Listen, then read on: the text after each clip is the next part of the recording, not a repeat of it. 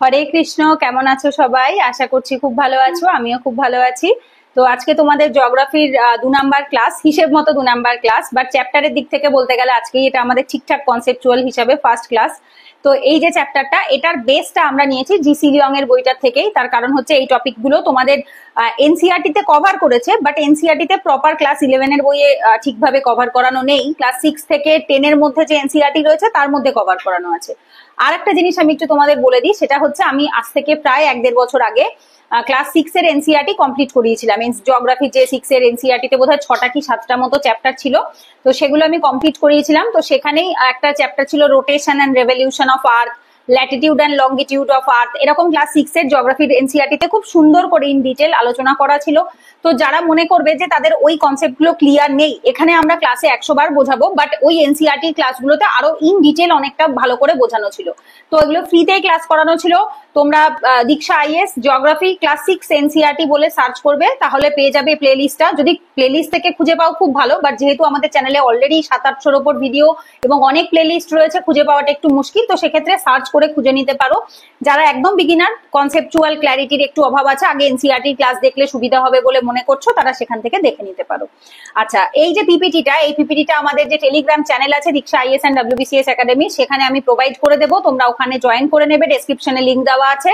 তো চলো আর বেশি বড় করছি না ক্লাসটা। আজকে এটা প্রথম দিনের ক্লাস বলতে গেলে, অ্যাকচুয়াল টপিক থেকে দেখতে গেলে আমাদের, যার জন্য আমি এই পিপিটিটাতে নোটের কিছু অংশ অ্যাজ আ ডেমো নোট হিসাবে সাইডে আমি অ্যাড করে দিয়েছি। তোমরা পিপিটিতে দেখতেই পাচ্ছ কি কি টপিক পড়ানো হবে, টপিকগুলো তো মেনশনড আছেই।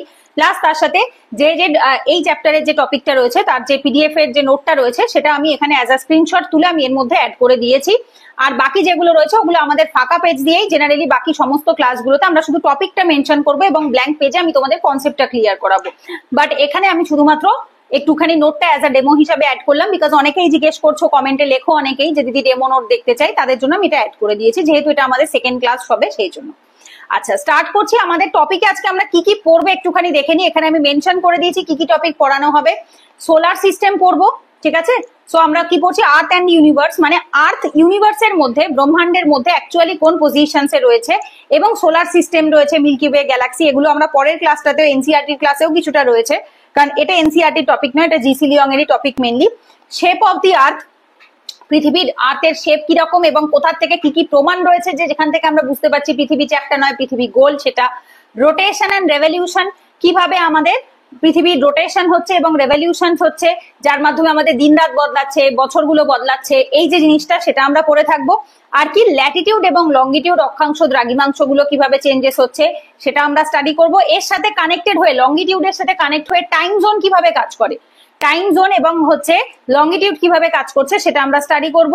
আর তার সাথে হচ্ছে জিএমটি এবং আইডিএল মানে ইন্টারন্যাশনাল ডেডলাইন। পরে আমরা স্টার্ট করব ফার্স্ট টপিক থেকে, সেটা আমাদের নোটেই রয়েছে, এক্সপ্লোরিং দ্য ইউনিভার্স। ইউনিভার্সকে এক্সপ্লোর করার জন্য এখানে কিছু কিছু ছোট ছোট টপিক মতো দেওয়া আছে, যেগুলো অ্যাজ আ ফ্যাক্টস হিসাবে তোমরা মুখস্থ রাখতে পারো। জেনারেলি ইউপিএসসি এক্সামে খুব বেশি ফ্যাক্টস এর উপর বেস করে কোশ্চেন আসে না, কিন্তু যখন মেন্সের অ্যান্সার রাইটিং লিখি তখন আমাদেরকে কিছু হলেও অ্যান্সারটাকে সাবস্ট্যান্সিয়েট করার জন্য অ্যাড করতে হয়, ঠিক আছে। যেরকম হচ্ছে এইখানে আমরা একদম সোলার সিস্টেমটাকে বুঝবো একটা ছবি ড্র করার মাধ্যমে। এখানে যে ছবিটা তোমরা দেখতে পাচ্ছ স্ক্রিনে, ওটা পিডিএফ এর মধ্যে দেওয়া, তো ওখান থেকে স্ক্রিনশট নেওয়ার ফলে ওটার কোয়ালিটি খুবই একদমই খারাপ হয়ে গেছে, সো এখান থেকে আমি দেখাচ্ছি না, আমি এখানে তোমাদের ড্র করে ভালো করে বিষয়টা বুঝিয়ে দিচ্ছি।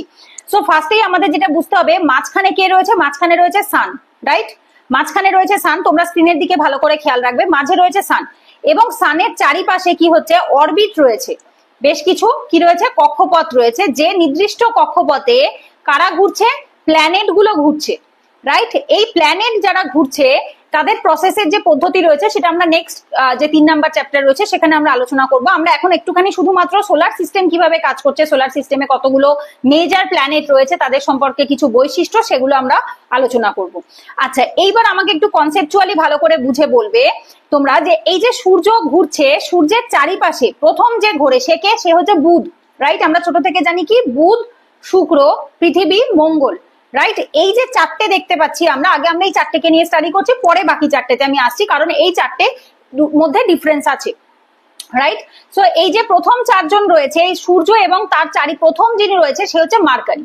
তো স্বাভাবিকভাবে আমরা দেখতে পাচ্ছি মার্কারি সূর্যের সব থেকে ক্লোজ রয়েছে, কাছে রয়েছে। আগে আমি কনসেপ্ট বোঝাবো। এখানে যে টপিক গুলো রয়েছে, solar system, shape of Earth, rotation and revolution, latitude longitude, time zone, GMT and IDL, এইগুলোর আমি কনসেপ্ট গুলো আগে তোমাদের ক্লিয়ার করাবো ভালো করে এখানে ড্র করে। তারপর নোট থেকে যদি কোনো এক্সট্রা টপিক থাকে, আমি জেনারেলি ব্যাচে ওইভাবেই পড়িয়ে থাকি, আগে কনসেপ্টটা ক্লিয়ার করাই, তারপর যদি নোটের মধ্যে কোনো এক্সট্রা টপিক থাকে অ্যাজ আ ফ্যাক্টস বা ডেটা হিসাবে, তখন সেগুলো একবার রিডিং করিয়ে বুঝিয়ে কভার করিয়ে দেওয়া হয়। ঠিক আছে, আগে আমরা কনসেপ্ট বুঝবো।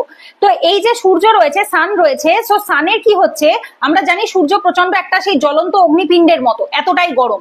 তো সূর্যের যে বাইরের সারফেসটা সেটা অব্দি 6000 হচ্ছে তোমার ডিগ্রি অব্দি সেলসিয়াস, এতটা তাপমাত্রা রয়েছে। আর ভেতরের কথা তো বাদই দাও, এই যে স্পষ্টভাবে এখানে মেনশন আছে নোটের মধ্যে, দেখবে যে সারফেসের যেটা সেটা 6000 ডিগ্রি সেলসিয়াস, আর ভেতরে 20 মিলিয়ন ডিগ্রি। 20 মিলিয়ন মানে 1 মিলিয়নে 10 লক্ষ, 20 মিলিয়ন মানে 2 কোটি।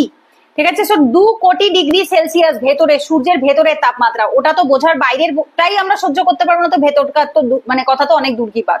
তো সেসবের কথা আমরা বাদই দিচ্ছি, এগুলো আমরা ডেটাতে পরে আসবো। আগে আমরা একটু কনসেপ্টটা বুঝবো যে এখান থেকে মার্কারির যে পজিশন, মার্কারি যেখানে রয়েছে সেটা সব থেকে কাছে।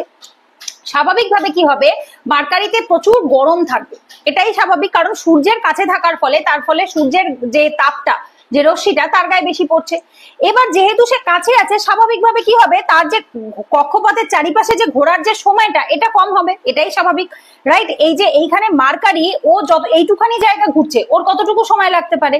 আর এরপরে কে রয়েছে, ভিনাস, মানে শুক্র রয়েছে, ভিনাস কতটুকু জায়গায় টাইমে ঘুরবে, আরেকটু বেশি লাগবে, কারণ তার কক্ষপথটা আরেকটু দূরে রয়েছে। পৃথিবী, তার কক্ষপথটা আরেকটু দূরে রয়েছে। তো আমরা পৃথিবী কক্ষপথ সূর্যের চারিপাশে ঘোরে কত দিনে, আমরা জানি 365 দিন, 365 ডেজ। ওই সাড়ে একটা হাফ মতো থাকে, যেটাকে কিনা আমরা 1 বছর হাফ হাফ করে 4 বার যোগ করার ফলে একটা বছরে লিপ ইয়ার আসে, সেটা আলাদা কথা। কিন্তু আমরা আপাতত একটা বেসিক দিন হিসাবে দেখবো কত, 365 দিন থাকছে। তো 365 দিন যে সময়টা লাগছে সূর্যের চারিপাশে ঘোরার জন্য, এটা কার, এটা পৃথিবীর লাগছে। ঠিক সেইভাবে বুধের সব থেকে কম লাগছে কত, 88 দিন, 88 ডেজ। তো এগুলো ইনফরমেশন ডেটা ঠিকই, বাট কেন কম লাগছে, এই কনসেপ্টটা বোঝাটা ইম্পর্টেন্ট, যে কেন কম লাগছে, কেন পৃথিবীতে মানুষ থাকার যোগ্য হয়েছে অথচ বুধে কেউ থাকতে পারছে না, অথচ কেউ ভিনাসে থাকতে পারছে না, তার কারণগুলো কি কি, এগুলো আমরা এই যে চার্টটা তোমাদের নোটে দেওয়া রয়েছে, এই চার্টটাতে ডেটা রয়েছে, মানে ইনফরমেশনটা লেখা আছে, সেই কনসেপ্টটা ক্লিয়ার করাবো আমরা কিসের মাধ্যমে, ক্লাসের মাধ্যমে। ক্লিয়ার। এইবার এখানে যে নোটের মধ্যেও তোমরা দেখতে পাচ্ছ, এখানে একটা ছবি দেওয়া রয়েছে, এই যে যেটা আমাদের সোলার সিস্টেমের যে ছবিটা রয়েছে, সান রয়েছে, তারপরে মার্কারি রয়েছে, তারপর ভিনাস রয়েছে, আর্থ রয়েছে, মার্স রয়েছে মানে মঙ্গল রয়েছে, তারপরে দেখো লাল রঙের বৃহস্পতি রয়েছে, বিশাল বড় সাইজের বৃহস্পতি রয়েছে, যার জন্য লার্জেস্ট প্ল্যানেট বলা হয়ে থাকে, এবং তারপর সেটার্ন রয়েছে, এবং আমরা দেখতে পাচ্ছি সেটার্নের গায়ে একটা রিং রয়েছে, তারপরে ইউরেনাস রয়েছে এবং নেপচুন রয়েছে। ইউরেনাস নেপচুন অলমোস্ট কাছাকাছি, এবং এখানে প্লুটোর ছবি নেই। কেন, 2006 এর আগে অব্দি প্লুটোকে একটা গ্রহ হিসাবেই মনে করা হতো, বাট 2006 সালের পর থেকে প্লুটো এখন একটা বামুন গ্রহ হয়ে গেছে, যেটাকে ইংলিশে বলা হয় dwarf planet, DWARF, dwarf planet. So যার জন্য কি হয়েছে, এখন আর এটাকে আমরা প্ল্যানেট হিসাবে গণ্য করছি না। কেন প্ল্যানেট হিসাবে গণ্য করছি না সেটা নিয়েও আমরা 100 বার ক্লাসে আলোচনা করবো, একটু অপেক্ষা করো। আগে এই চারটে, আমরা এই 8টা যে প্ল্যানেট রয়েছে তাদেরকে বুঝিয়ে দিই, তারপরে প্লুটোর সম্পর্ক আমরা আসবো। এইবার তার আগে আমাদেরকে একটা জিনিস বুঝতে হবে, এই যে সান রয়েছে আর এই যে প্রথম 4টে গ্রহ, দেখো ওদের প্যাটার্নটা সেম প্যাটার্নের, আর পরের যে 4টে রয়েছে ওদের প্যাটার্নটা আবার খানিকটা সেম প্যাটার্নের। যেরকম এই যে আর্থকে আর ভিনাসকে দেখবে, শুক্র আর পৃথিবীকে কি বলা হয়, টুইন বলা হয়ে থাকে, যমজ বলা হয়, কারণ শুক্র আর পৃথিবীর মধ্যে অনেক বিষয়ে মিল রয়েছে, দেখতেও হাইট সাইজের দিক থেকে অলমোস্ট সেম থাকে, বা তাদের যে প্যাটার্নটা সেই প্যাটার্নটা অলমোস্ট সেম থাকে, তো যার ফলে এটাকে টুইন গ্রহ বলা হয়ে থাকে, টুইন প্ল্যানেট বলা হয়। ঠিক সেরকম এই নেপচুন আর প্ল্যানেটকেও টুইন প্ল্যানেট বলা হয়। দেখো খানিকটা দেখতেও কাইন্ড অফ সেম টাইপের, এবং এগুলো কাইন্ড অফ গ্যাসিয়াস বল, গ্যাসের পিণ্ড, গ্যাসের দলা বা পিণ্ড যেরকম হয়, ঠিক গ্যাসিয়াস বলের মতো হয়ে থাকে। এইবার এই প্রথম 4টের সাইজ ছোট হয়, এবং এখান থেকে একটা বেল্ট আসে, যে বেল্টটার নাম অ্যাস্ট্রয়েড বেল্ট। এগুলো সব কভার হয়েছে নেক্সট চ্যাপ্টারে, এই চ্যাপ্টারে নয়, আবারও বলছি এগুলো নেক্সট চ্যাপ্টারটাতে আমরা আলোচনা করবো। এবং এখান থেকে একটা বেল্ট থাকে যেটাকে বলা হয় কুইপার বেল্ট। এগুলো সব আমরা নেক্সট ক্লাসে আলোচনা করবো, বিকজ এগুলো আমরা এনসিইআরটির মধ্যে কভার করানো আছে, সো যার জন্য আমরা জিসি লিয়ং এ এখানে আমরা দেইনি। ঠিক আছে, সো প্রথম যে আমরা এখন শুধুমাত্র আমরা কি করছি, সোলার সিস্টেমে সূর্য এবং সূর্যের চারিপাশে থাকা মেজর 8টা যে গ্রহ রয়েছে তাদের কি ভূমিকা বা তারা কি কি করছে তাদের সম্পর্কে ডেটা বা ইনফরমেশন গুলো একটু দেখে নেব। ঠিক আছে, সো এখানে আমি একবার প্রথম থেকে একবার দেখিয়ে দিচ্ছি এখানে কি কি রয়েছে। স্টার্স এর কথা যদি বলি, এই যে stars are much larger than the earth, স্বাভাবিক, আর্থ অ্যাকচুয়ালি এই জিনিসটা ভালো করে বুঝতে হবে, আর্থ মানে যে সবসময় পৃথিবী নট নেসেসারি, ঠিক আছে? আর্থ হচ্ছে অ্যাকচুয়ালি এক্ষেত্রে পৃথিবীকে বোঝানো হচ্ছে, বাট আর্থ লাইক যখনই বোঝানো হবে তার মানে হচ্ছে আর্থ লাইক প্যাটার্ন মানে হচ্ছে যে কোনো প্ল্যানেটের কথাই বলা হবে। প্ল্যানেট মানে গ্রহ। তো এইটা সবসময় মাথায় রাখবে যে গ্রহদের সাইজের থেকে স্টার বা নক্ষত্রদের সাইজ সব সময় বড় হয়, সব সময়। কেন হয়, নক্ষত্র কিভাবে তৈরি হয়, স্টার ফরমেশন কিভাবে হয়, নেক্সট চ্যাপ্টারে রয়েছে, আমরা আলোচনা করব, এখানে আমরা আলোচনা তাই জন্য করছি না, ঠিক আছে? তো এদের সাইজ সবসময় বড় হয়ে থাকে এবং এরা কিসের হয়, এরা ক্লাস্টারে বা নেবিউলাতে ফর্ম থাকে, যেটাকে আমরা কি বলি, গ্যালাক্সি বলে থাকি। এবং আমাদের গ্যালাক্সির নাম কি আমরা একটু আগেই ক্লাসে বললাম, that is the Milky Way galaxy. Our galaxy contains about 100 billion stars. প্রায় 100 বিলিয়ন স্টার দিয়ে এই গ্যালাক্সি, মিল্কি ওয়ে গ্যালাক্সিটা কি হয়েছে, ফর্ম হয়েছে বা তৈরি হয়েছে, ঠিক আছে? তো এইটা কি বলছে যে আওয়ার গ্যালাক্সি, এই যে নেবিউলা, ক্লাস্টার, ক্লাস্টার মানে দলা পাকানো বা একটা সমস্তগুলো যখন একত্রিত হয়ে একটা জমাট বেঁধে একটা জিনিস তৈরি করে সেটাকে ক্লাস্টার্স বলা হয় বা গ্যালাক্সি বা নেবিউলা বলা হচ্ছে। তো সেইভাবে কি হচ্ছে, স্টার ফরমেশনস হচ্ছে। এইবার এইখান থেকে যদি আমরা দেখি যে কতটা সময় লাগছে, খুব ইম্পর্টেন্ট কিছু ডেটা এখানে ইনফরমেশন রয়েছে। যেমন দেখো, এই যে পৃথিবী আমরা দেখতে পাচ্ছি, এই যে সূর্য এবং এই পৃথিবী এবং এদের মধ্যে যে ডিফারেন্সটা, এই যে ডিস্টেন্সটা রয়েছে, অনেকটা ডিস্টেন্স। সো যার ফলে কি হচ্ছে, সূর্যের যে আলোটা, সূর্যের লাইটটা আমাদের পৃথিবীতে এসে পৌঁছতে কতক্ষণ সময় লাগে, 8 মিনিট সময় লেগে যায়, 8 মিনিট টাইম লেগে যায়, স্বাভাবিক, বিকজ ডিস্টেন্সটা অনেকটাই রয়েছে। তো যার ফলে কি বলছে, দেখো এই যে light from the nearest star, সব থেকে কাছের যে নক্ষত্র রয়েছে সেখান থেকেও পৃথিবীতে যদি কোনো আলো পৌঁছায় তাতেও মিনিমাম 4 বছর সময় লেগে যাবে, 4 ইয়ার্স। আর সানলাইট, সূর্যের আলো পৌঁছাতে কত সময় লাগে, 8 মিনিট সময় লাগে। আর যেহেতু চাঁদ কি হচ্ছে, চাঁদ আমাদের উপগ্রহ বলা হয়, রাইট? মুনের থেকে আমাদের লাইট আসতে কতক্ষণ সময় লাগে, 1 সেকেন্ড সময় লাগে। এই এখন চলে যাও, কালকেই আগামীকালই মানে তোমরা যেদিনকে ভিডিওটা দেখছো অতকাল পূর্ণিমা ছিল, বাট আমরা তো অবশ্যই ভিডিও আগে রেকর্ড করি। সো আগামীকাল পূর্ণিমা, লক্ষ্মী পুজো, তো স্বাভাবিকভাবে পূর্ণিমাতে দেখো কত বড় চাঁদ রয়েছে। তুমি বা নর্মাল টাইমেও যদি আমরা বাইরে বেরোই দেখতে পাই সেকেন্ডের মধ্যে চাঁদের আলো আমাদের গায়ে পড়ছে। চাঁদের তো নিজস্ব আলো থাকে না, সেটাও আমরা জানি, ছোট থেকে এই বেসিক কনসেপ্ট গুলো তো আমরা আশা করি প্রত্যেকে পড়েছি।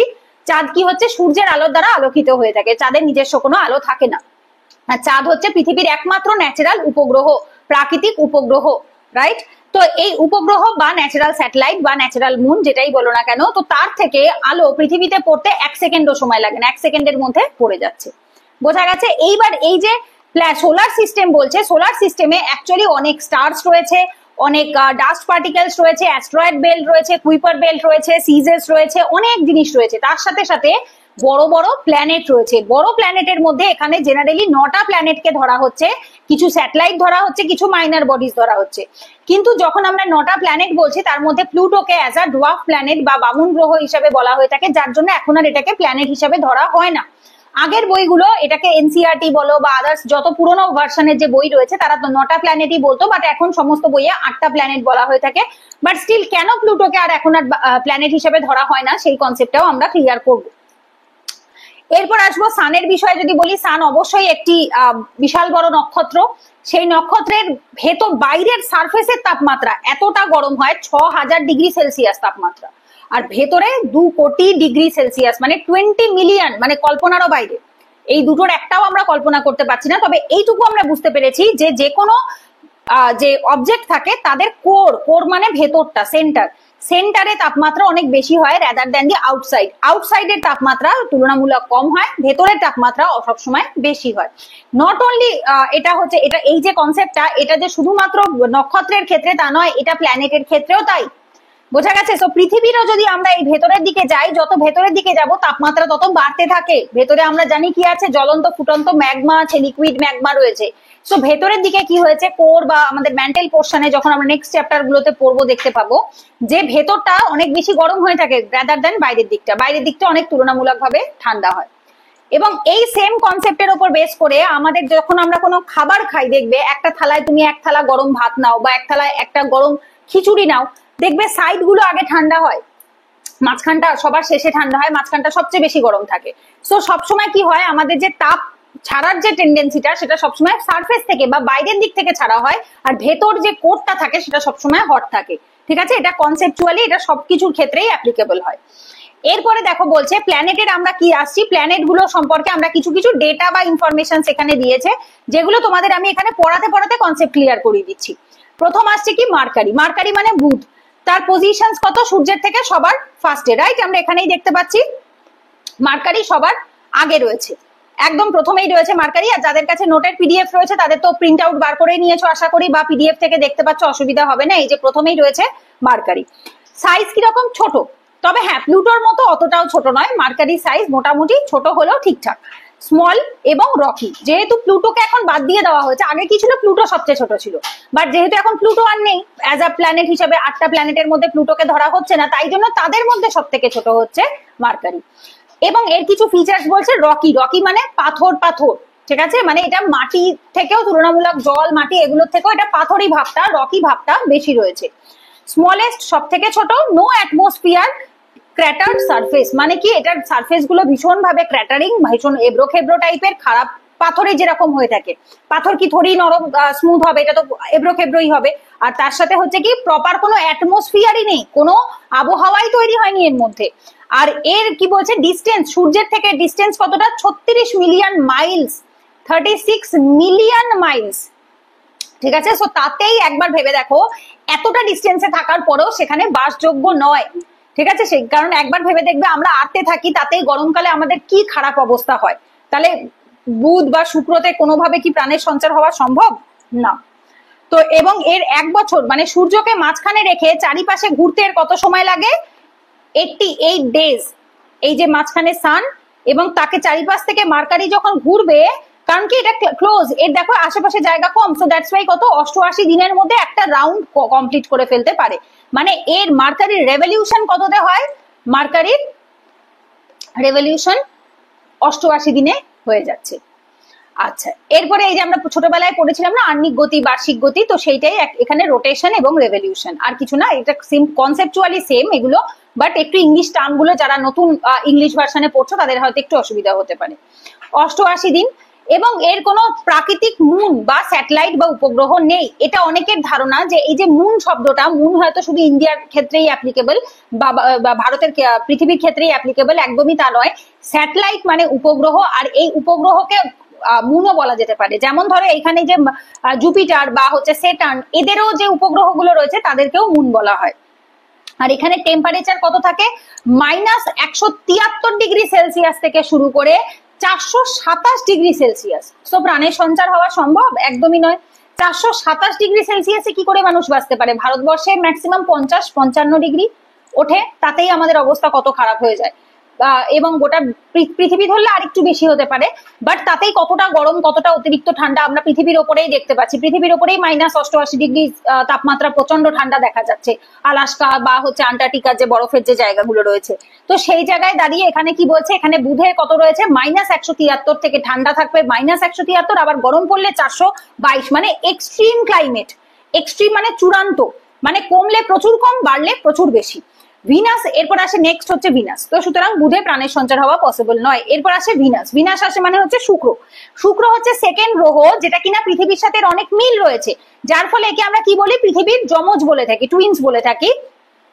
এর যে অ্যাটমসফিয়ারটা, আবহাওয়াটা, আকাশটা, সেটা কিরকম, প্রচুর দেখো ঠিক মোটা কার্বন ডাই অক্সাইডে ভরা, এবং হটেস্ট প্ল্যানেট, প্রচুর গরম হয়ে থাকে, এবং যার জন্য এটাকে এখানে প্রচুর ভলক্যানোজও দেখা যায়, থেকে থেকে শুধু ভলক্যানিক এরাপশনস হয়, আগ্নেয়গিরির অগ্নুৎপাত হতেই থাকে, এখানে প্রচুর গরম থাকে। আর এটা সূর্যের থেকে ডিস্টেন্স কত, 67 মিলিয়ন মাইলস। আগেরটা 36 মিলিয়ন, এটা 67, মানে তার থেকে আরেকটু ডিস্টেন্সে, স্বাভাবিক, বিকজ এ হচ্ছে পরের রাউন্ডে রয়েছে, সানকে মাঝখানে রেখে সে সেকেন্ড রাউন্ডে ঘুরছে, সেই জন্য। এই হচ্ছে আমাদের শুক্র। আচ্ছা, এরপরে আসছে এর সময় কত লাগে, এর 1 বছর, মানে শুক্রতে যদি কখনো প্রাণের সঞ্চার হয় তাহলে তাদের বছর কত হবে, 225 দিনে এদের 1 বছর হবে। আমাদের যেটা 365 দিনে হয়, ওদের সেটা একটা রেভলিউশন হতে ওদের 225 দিন লাগবে, মানে বার্ষিক গতি 225 হবে। এরও কোনো মুন নেই। আর টেম্পারেচার দেখো 462 ডিগ্রি সেলসিয়াস, মানে কখনো কমেই না। দেখো একটা জিনিস খেয়াল করো, বুধের মাইনাসেও রয়েছে প্লাসেও রয়েছে, পৃথিবীরও মাইনাসেও আছে প্লাসেও আছে। আর পরের দিকের গুলো জুপিটার থেকে তো বেশিরভাগটা ঠান্ডাই, কারণ হচ্ছে সূর্যের থেকে ডিস্টেন্স বেশি থাকার ফলে ওখানে সোলার উইন্ড পৌঁছতে পারে না, মানে সূর্যের যে সুন্দর উষ্ণ গরম আবহাওয়াটা বা উষ্ণ হাওয়াটা সেটা পৌঁছয় না। তো এর ফলে দেখো এই জায়গাটা হচ্ছে সব থেকে গরম, কত, 462 ডিগ্রি সেলসিয়াস। তো সুতরাং এখানে প্রাণের সঞ্চার নেই। এরপর আসে আর্থ। আর্থ হচ্ছে এখন অব্দি টিল ডেট একমাত্র প্ল্যানেট যেখানে কিনা প্রাণের সঞ্চার রয়েছে, যেখানে আমরা বেঁচে রয়েছি। এই যে ক্লাস করাচ্ছি, তোমরা ক্লাস দেখছো, এটাই হচ্ছে আমরা আর্থে বসবাস করছি।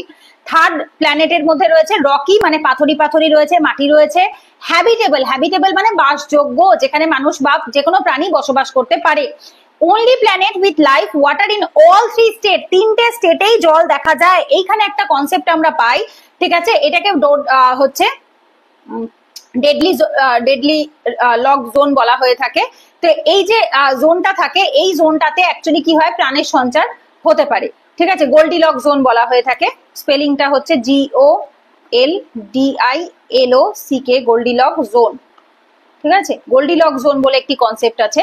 তো এইখানে কি হয়, যখন ওয়াটার থাকে, যে ওয়াটার থেকে কি হয় প্রাণের সঞ্চার, আমরা জানি যে জল থেকে প্রাণ থাকে, কারণ তো জলের এক নাম জীবন, রাইট। তো যার জন্য কি হচ্ছে, জল থেকে প্রাণের সঞ্চার হয়। এই জোনটা জেনারেলি কোথায় দেখা যায়, আর্থে দেখা যায়, আর হচ্ছে মার্সে দেখা যায়, মানে মঙ্গল গ্রহে দেখা যায়। যার জন্য বলা হচ্ছে যে মঙ্গলেও প্রাণের সঞ্চার হওয়ার সম্ভাবনা রয়েছে, পসিবিলিটি রয়েছে, ঠিক আছে। যার জন্য আমাদের প্রচুর সায়েন্টিস্টরা প্রচুর মঙ্গলের মিশন পাঠাচ্ছে না, নাসার থেকে, ইসরোর থেকে। তো তার কারণ হচ্ছে ওটা। তো এইখানে পৃথিবী আর সূর্যের মধ্যে ডিস্টেন্স কত, 93 মিলিয়ন মাইলস। আর একটা রাউন্ড কমপ্লিট হতে কতক্ষণ সময় লাগে, 365 দিন টাইম লাগে, যেটা দিয়ে আমাদের 1 বছর তৈরি হচ্ছে। এবং এখানে আমাদের স্যাটেলাইট রয়েছে, একটি ন্যাচারাল উপগ্রহ রয়েছে, সেটি হচ্ছে মুন, যেটি হচ্ছে আমরা চাঁদ বলে থাকি। তো এখানে তাপমাত্রা বলছে -88 থেকে 58 ডিগ্রি। হাইয়েস্ট গরম ওঠে এখানে গোটা পৃথিবীর ওপরে, ইন্ডিয়া বললে ভুল হবে, গোটা পৃথিবীর ওপরে 58 ডিগ্রি। আর সব থেকে লোয়েস্ট টেম্পারেচার থাকে -88 ডিগ্রি। এরপর আসে মার্স। মার্স হচ্ছে 4 নম্বরে আমাদের যে ইয়ে রয়েছে, কি বলে ওটাকে, প্ল্যানেট গুলো রয়েছে, তার 4th পজিশনে রয়েছে, 4 নম্বরে রয়েছে সূর্যের ইয়ে থেকে। এটাও রকি, বাট এটা কিরকম, এটা রেড, ঠিক আছে। একটা জিনিস জানবে, পৃথিবীকে ব্লু প্ল্যানেট বলা হয়, আর্থকে ব্লু প্ল্যানেট বলে কেন, যদি আমরা স্যাটেলাইট থেকে দূর থেকে দেখি বা এরিয়াল ইমেজ যেটাকে বলা হয়, তাহলে দেখতে পাই পৃথিবী ইজ অল অ্যাবাউট ব্লু। কারণ কি, এখানে 3 ভাগ জল, 75% বা 71%-এরও বেশি জল আছে, যার জন্য এখানে ব্লু ব্লু ব্যাপারটা বেশি রয়েছে। ঠিক সেরকমই মার্স হচ্ছে, মঙ্গল হচ্ছে লাল, ঠিক আছে। মঙ্গল হচ্ছে লালের প্রতীক বা লাল রঙের, দেখবে জেনারেলি মঙ্গল যে বারটা হয় সেটাও রেড কালারেরই একটা ডিফাইন করা থাকে, প্রত্যেকটা বারের জন্য প্রত্যেকটা রং হয়, ঠিক সেরকমই এটাও সেম তাই হয়। তো এখানে আমরা দেখতে পাই লাল লাল ছোপ ছোপ থাকে, ডার্ক প্যাচেস থাকে, ঠিক আছে। এই যে dark patches, possible ancient water, এটা মনে করা হয় হয়তো আগে একটা টাইমে মঙ্গলে জলের সম্ভাবনা ছিল। কেন, এটা গোল্ডিলক জোনের মধ্যে পড়ে, তো যার ফলে কি হচ্ছে, এই একমাত্র আর্থ আর মার্সই একটা গোল্ডিলক জোনে পড়ে। তো এর মধ্যে হয়তো প্রাণের সঞ্চার থাকলেও থাকতে পারে, বা হয়তো আগে ছিল, বা ভবিষ্যতে হতে পারে, ঠিক আছে। আর এখানে একটা সব থেকে টলেস্ট ভলক্যানো রয়েছে, যার নাম হচ্ছে অলিম্পাস মন্স।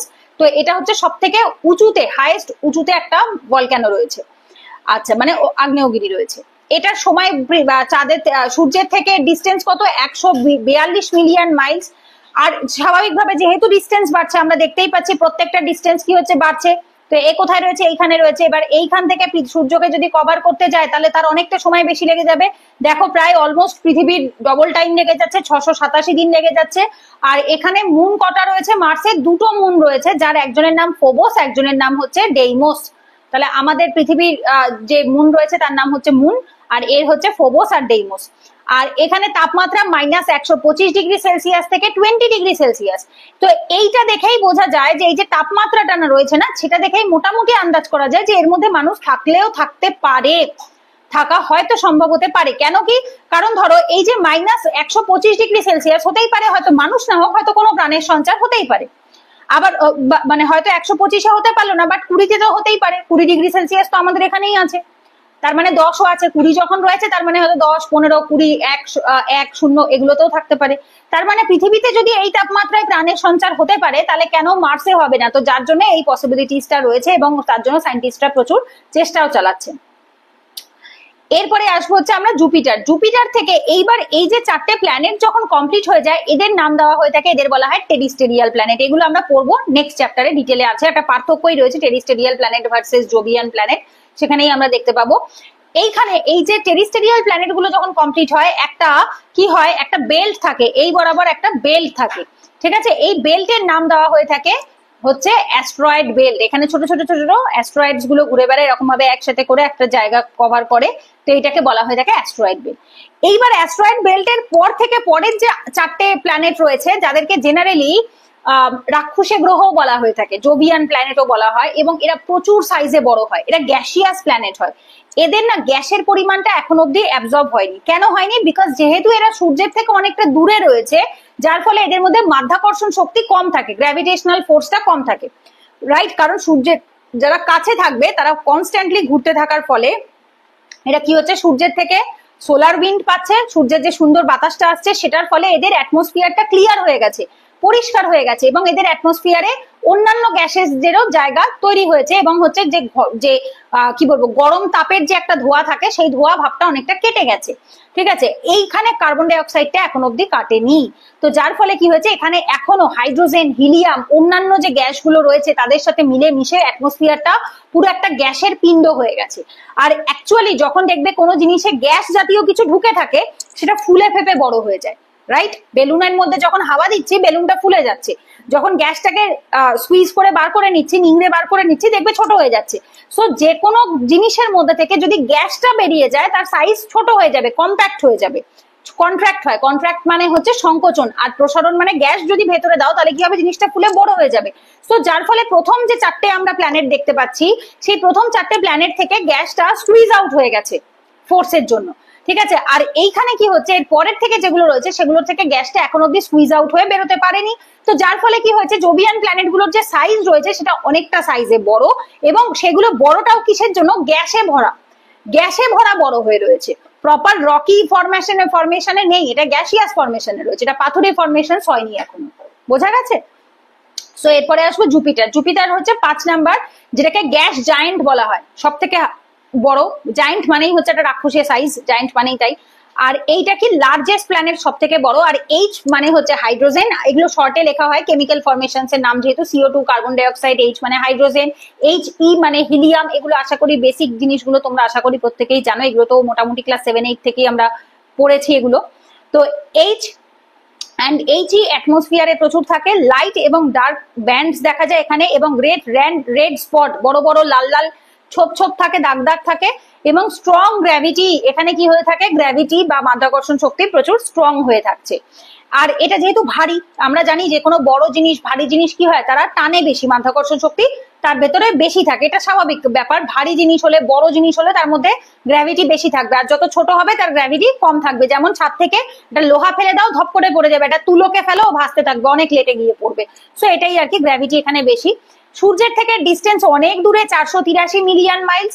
আর এর জুপিটারের একটা বছর কমপ্লিট হতে 11.86 ইয়ার্স, মানে আমাদের এখানে যেটা 365 দিন, সেটা 11 বছর 86 দিন লেগে যাচ্ছে, 86 মাস লেগে যাচ্ছে। 11 বছর 86 মাস মানে 11.86, মানে হচ্ছে তোমাকে এটা 365 দিয়ে গুণ করতে হবে। যেহেতু এটা ইয়ার্স বলেছে, তো এই ইয়ার্সটা অ্যাকচুয়ালি আমাদের আর্থের পয়েন্ট অফ ভিউ থেকে ইয়ার্স বলেছে। ঠিক আছে, এটাকে 365 দিয়ে গুণ করলে পরে বুঝতে পারবে যে কতগুলো দিন এখানে লাগছে। আর এখানে অ্যাকচুয়ালি এর প্রচুর সংখ্যক কি রয়েছে, মুনস রয়েছে, 95টা প্লাস না, কারণ এগুলো না অ্যাকচুয়ালি চেঞ্জ হয়। আমি আবারও বলে দিচ্ছি, সেটার্নের মুন, জুপিটারের মুন, এগুলো অনেক অনেক নতুন নতুন সায়েন্টিস্টরা আসে, এসে সেগুলো নতুন করে আবার তারা খুঁজে বার করে। তো যার ফলে এই সংখ্যাটা তোমাদের বইয়ে যা আছে, নোটে যা আছে, এখানে হয়তো আলাদা থাকতে পারে, পরে হয়তো আরো বাড়তে পারে। অ্যাপ্রক্সিমেটলি 95 প্লাস রয়েছে। টেম্পারেচার -130°C, খুবই ঠান্ডা, যেহেতু সূর্যের থেকে ডিস্টেন্স অনেক দূরে, সূর্যের তাপমাত্রা পৌঁছচ্ছে না, এবং যার ফলে দেখো কোনো হাইস্ট লিমিট বলে কিছু নেই এখানে, গরম লিমিট বলে কিছু নেই। ইভেন পরের দিকের সবগুলো খেয়াল করো একটা জিনিস, পরের লাস্টের যে 4টে রয়েছে, -130, -140, -195, -200°C, যত যাচ্ছে টেম্পারেচার তত কমছে। কেন? সূর্যের থেকে ডিস্টেন্স কমছে। বোঝা গেছে? সূর্যের থেকে যত দূরে যাবে তত তাদের টেম্পারেচার আরো কমতে থাকবে, আর সূর্যের যত কাছে যাবে টেম্পারেচার বাড়তে থাকবে। আর সূর্যের কাছে থাকার ফলেও অনেক সময় কি হয়, টেম্পারেচারের ডিফারেন্স দেখা যায়। যেমন পৃথিবীতেই আমরা দেখছি সূর্যের কাছে থাকার ফলেও টেম্পারেচারের ডিফারেন্স রয়েছে। যেমন ধরো এই যে এইটা মার্স, ঠিক আছে, মার্সেও দেখো, মঙ্গলেও দেখো, সূর্যের কাছে থাকার ফলেও টেম্পারেচারের কিছুটা হলেও ডিফারেন্স আছে, কোথাও বেশি কোথাও কম।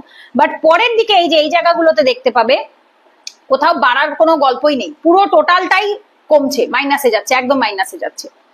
তো এরপরে আসছে হচ্ছে সেটান। সেটান মানে শনি, বাংলায় যেটাকে আমরা শনি বলি, জুপিটার হচ্ছে বৃহস্পতি। সেটান কত 6 নাম্বার পজিশনে আছে, এটাও সেম ভাবে, এটাও একটা গ্যাস জায়েন্ট। এর ভেতরে এখনো গ্যাসগুলো কি হচ্ছে, পুরোপুরি যায়নি। ফেমাস রিং রয়েছে, আমরা জানি সেটানের গায়ে কি থাকে, এই যে মাঝখানে সেটান এবং সেটানের চারিপাশে 3 রিংস থাকে। কিসের রিংস থাকে? এগুলো গ্যাসের রিংস থাকে। এগুলো গ্যাসটাই এগুলো আকারে এরকম এমন ভাবে ঘুরতে থাকে, দেখে দূর থেকে মনে হয় যেন সেগুলো এক একটা রিং, ঠিক আছে। সো এটাও একটা রিং রয়েছে গ্যাসিয়াস, এবং এখানেও সেম হাইড্রোজেন এবং হিলিয়াম থাকে, প্রচুর মুনস রয়েছে, ঠিক আছে। মুনের সংখ্যা অগুন্তি, কিছু বইয়ে বোধহয় 82 লেখা রয়েছে, 82 প্লাস সামথিং লেখা রয়েছে। নতুন কারেন্ট অ্যাফেয়ার্স এর আপডেট বলছে 145 প্লাস, ঠিক আছে। এটা আরো বাড়তে পারে। সো পরীক্ষাতে জিজ্ঞেস করবে না, বাট এটুকু জেনে রাখো সেটানের মুনের সংখ্যা সব থেকে হাইয়েস্ট, সব থেকে বেশি। আর এর ডিস্টেন্স কত? 887 মিলিয়ন বছর। এবং স্বাভাবিক, যেহেতু সূর্যের থেকে অনেকটা ডিস্টেন্সে চলে গেছে চাঁদ, তো শনি, তো যার ফলে কি হয়েছে, শনির যে কভারিং এর যে সময়টা সেটাও অনেক বেড়ে যাবে। কত? 29 বছর 5 মাস অলমোস্ট, ঠিক আছে, 29.5 মান্থস। তো 29.5 বছর সময় লেগে যাচ্ছে, মানে আমাদের এখানের একটা মানুষের জীবনের হাফ টাইমই ওখানের 1 বছর কভার করতেই চলে যাচ্ছে। আর টেম্পারেচার -140°C, মানে প্রচুর ঠান্ডা, কারণ অনেকটা ডিস্টেন্স, সোলার উইন্ড নেই। এরপর আসে ইউরেনাস এবং নেপচুন। এই যে ইউরেনাস এন্ড নেপচুন, এদেরকেও অলমোস্ট অনেক জায়গাতে টুইন বলা হয়ে থাকে, কারণ এদের মধ্যে দেখার যে দিক থেকেও সেটাও কাছাকাছি অলমোস্ট সেম থাকে। দেখো দুজনেই আইস জায়েন্ট, মানে এতটাই ঠান্ডা, এদের এখন আর গ্যাসের থেকেও মেন হয়ে গেছে, এটা বরফে পরিণত হয়ে গেছে, ঠিক আছে, এতটা ঠান্ডা। -195°, -200°C। So 195, 200 almost temperature same রয়েছে। 7th আর 8th পজিশনে রয়েছে, দুজনেই আইস জায়েন্ট রয়েছে। আর এদের কালারও almost same, blue green colour হয়ে থাকে। একজন একটু ব্লু গ্রিন হয়, আর একজন একটু পুরো ব্লুইশ টাইপের হয়। ব্লু গ্রিন কালার হয়ে থাকে কেন? বিকজ অফ মিথেন, অতিরিক্ত মিথেন থাকার ফলে।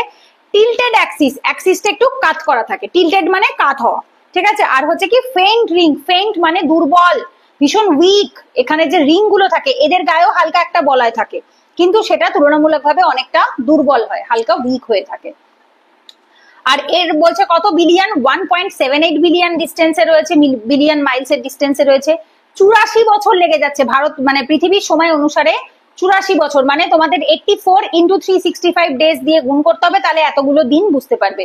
আর হচ্ছে কত? 27টা মুনস রয়েছে। দেখতে পাবে পরের দিকের গুলোতেই মুনস রয়েছে, ঠিক আছে। আগের গুলোতে কিন্তু সেরকম ভাবে মুনস নেই, থাকলে প্রথম দুটোতে তো নেই।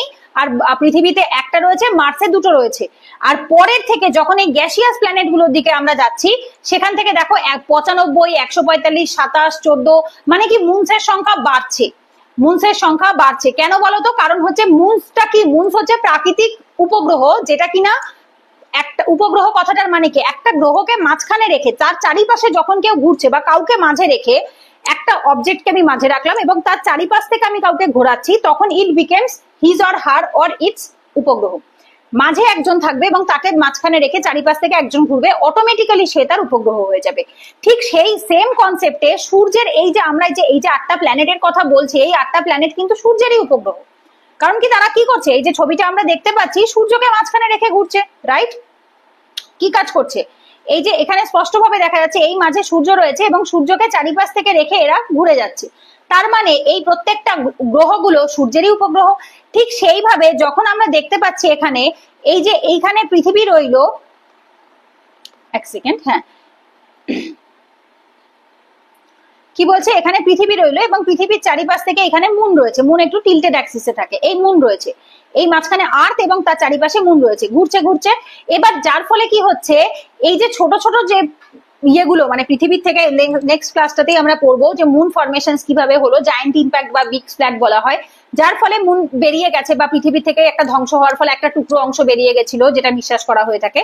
তো এই যে অংশটা যদি মুন এভাবে ফরমেশনস হয়ে থাকে, তার মানে এটা এক্সপেক্টেড যে ম্যাক্সিমাম যত বড় বড় গ্রহ রয়েছে তাদের উপগ্রহরাও অলমোস্ট সেম পদ্ধতিতেই হয়েছে। এইবার যার ফলে কি হচ্ছে, এরা যেহেতু সূর্যের অনেক কাছে রয়েছে, সোলার উইন্ড এদের অ্যাটমসফিয়ার থেকে এরা বিতাড়িত করে দিতে পারে। গ্র্যাভিটেশনাল ফোর্স এদেরকে হয়তো এরা সেইভাবে ধরে রাখতে পারে না, ছোট ছোট যেগুলো থাকে। ভারী যেটা হবে, যেটা বড় হবে, যেটা সূর্যের টানে হয়তো চলে যাবে না, যার গ্র্যাভিটেশন শক্ত থাকবে, সেই টিকে থাকবে। যার যেরকম পৃথিবীর ওই একটাই টিকে আছে, দ্যাট ইজ মুন। মার্সের ওই দুটোই টিকে রয়েছে। কিন্তু পরের দিকের গুলো যখন আমরা গ্যাসিয়াস প্ল্যানেট বা আইস জায়ান্টের দিকে যাচ্ছি তখন দেখতে পাচ্ছি সূর্যের যেহেতু ওখানে টানটা থাকছে না, সোলার উইন্ড থাকছে না, সো যার ফলে কি হচ্ছে ওখানে ওই অ্যাটমসফিয়ার থেকে যে বাকি মুনগুলো, অন্যান্য যে ছোট মুনগুলো রয়েছে বা ওদের যে ন্যাচারাল স্যাটেলাইট রয়েছে, সেই প্রাকৃতিক উপগ্রহগুলোকে সরানোটা খুব ডিফিকাল্ট হয়ে যায় বা সংখ্যায় কমাটা ডিফিকাল্ট হয়। কমা তো অনেক দূর কি বাত, অথচ দিনকে দিনকে আমরা দেখতে পাচ্ছি এটা সংখ্যায় বেড়েই চলেছে। তো এটাই বলেছে এখানে, যেটা কত সংখ্যায় 27। এবার নেপচুন আসছে। নেপচুন হচ্ছে ব্লু কালার, অলমোস্ট সেম থাকে, স্ট্রং উইন্ড, এখানে প্রচুর মানে ইয়েটা বাতাসটা প্রচুর স্ট্রং হয়ে থাকে, মিথেন থাকে অ্যাটমসফিয়ারে, এবং এখানেও একটা ফেন্ট রিং থাকে, এখানেও রিং আছে, সেটানের মতো এত স্ট্রং রিং নেই, বাট হালকা দুর্বল রিং দু জায়গাতেই আছে। দেখতে পাবে ইউরেনাস আর নেপচুনের মধ্যে অলমোস্ট অনেক মিল আছে, যার জন্য এদেরকেও টুইন বলা হয়ে থাকে, এবং এদেরও যে রিংটা থাকে সেটা দুর্বল প্রকৃতির হয়, হালকা, একদমই হালকা, এবং খুব জাস্ট বোঝার মতো নয়, খুব একটা আবছা আবা দিয়ে একটা রিং থাকে। আর এটা কত 2.8 বিলিয়ন মাইলস ডিস্টেন্সে রয়েছে, 165 বছর সময় লাগে। এর কত 84 বছর, এর 165 বছর, একবার রিভলভ হতেই তার 165 বছর লেগে যাচ্ছে। আর মুনের সংখ্যা কত রয়েছে 14, আর টেম্পারেচার তো অলরেডি আমরা বললাম -200°C। এইখান থেকে তোমাদের ডেটা তো 100 বার দেখতে হবে, দেখো ডেটা মুখস্থ করা সম্পূর্ণ তোমাদের হাতে, বাট এইখান থেকে ডেটা পড়ার সময় এটা মাথায় রাখতে হবে আমাদের কনসেপ্ট ক্লিয়ার হয়েছে কিনা, এটা বেশি ইম্পর্টেন্ট। কনসেপ্ট ক্লিয়ার হওয়াটা ইজ ভেরি ইম্পর্টেন্ট, যে কেন এটা ব্লু কালার হলো, কেন এটা রেড কালার হলো, কারণ কি ওখানে গ্যাসিয়াসের পরিমাণটা কম রয়েছে, এখানে জলের পরিমাণ বেশি রয়েছে, এখানে আইস রয়েছে, দ্যাটস ওয়াই এর ব্লু কালার রয়েছে। তো এক একটা যে ইয়ে রয়েছে প্ল্যানেট রয়েছে তাদের এক একটা ফরমেশনস এর এক একটা ফিচার্স রয়েছে, ডেটা রয়েছে, বাট ডেটাগুলো এক একটা কনসেপ্টের উপর বেস করেই তৈরি হয়েছে। ক্লিয়ার? তো এখানে আমরা মোটামুটি যে 8টা প্ল্যানেট রয়েছে মেজর, সেটার কথা আমরা বললাম। এইবার আসে হচ্ছে প্লুটো বা ডোয়ার্ফ প্ল্যানেট, যেটা নোটে কভার করা হয়নি, বাট আমি তোমাদের একটু গল্পের মতো বুঝিয়ে দিচ্ছি। প্লুটো আগে 9 নাম্বার প্ল্যানেট হিসাবে ছিল, বাট এখন তাকে বামন গ্রহ বলা হয়। কেন? তার কারণ এই যে প্ল্যানেট হওয়ার জন্য বেশ কিছু ক্রাইটেরিয়া থাকে, যে ক্রাইটেরিয়া গুলো ফুলফিল করতে যদি পারে তবেই তাকে প্ল্যানেটের তকমা দেওয়া হবে, যদি তাকে না মানে ফুলফিল করতে না পারে তাহলে তাকে দেওয়া হয় না। সো যার জন্য 2006 সালের পর থেকে কি করা হয়েছে, প্লুটোর থেকে প্ল্যানেটের যে তকমাটা ছিল সেটা সরিয়ে নিয়ে তাকে বামন গ্রহ বা ডোয়ার্ফ প্ল্যানেট বলা হয়।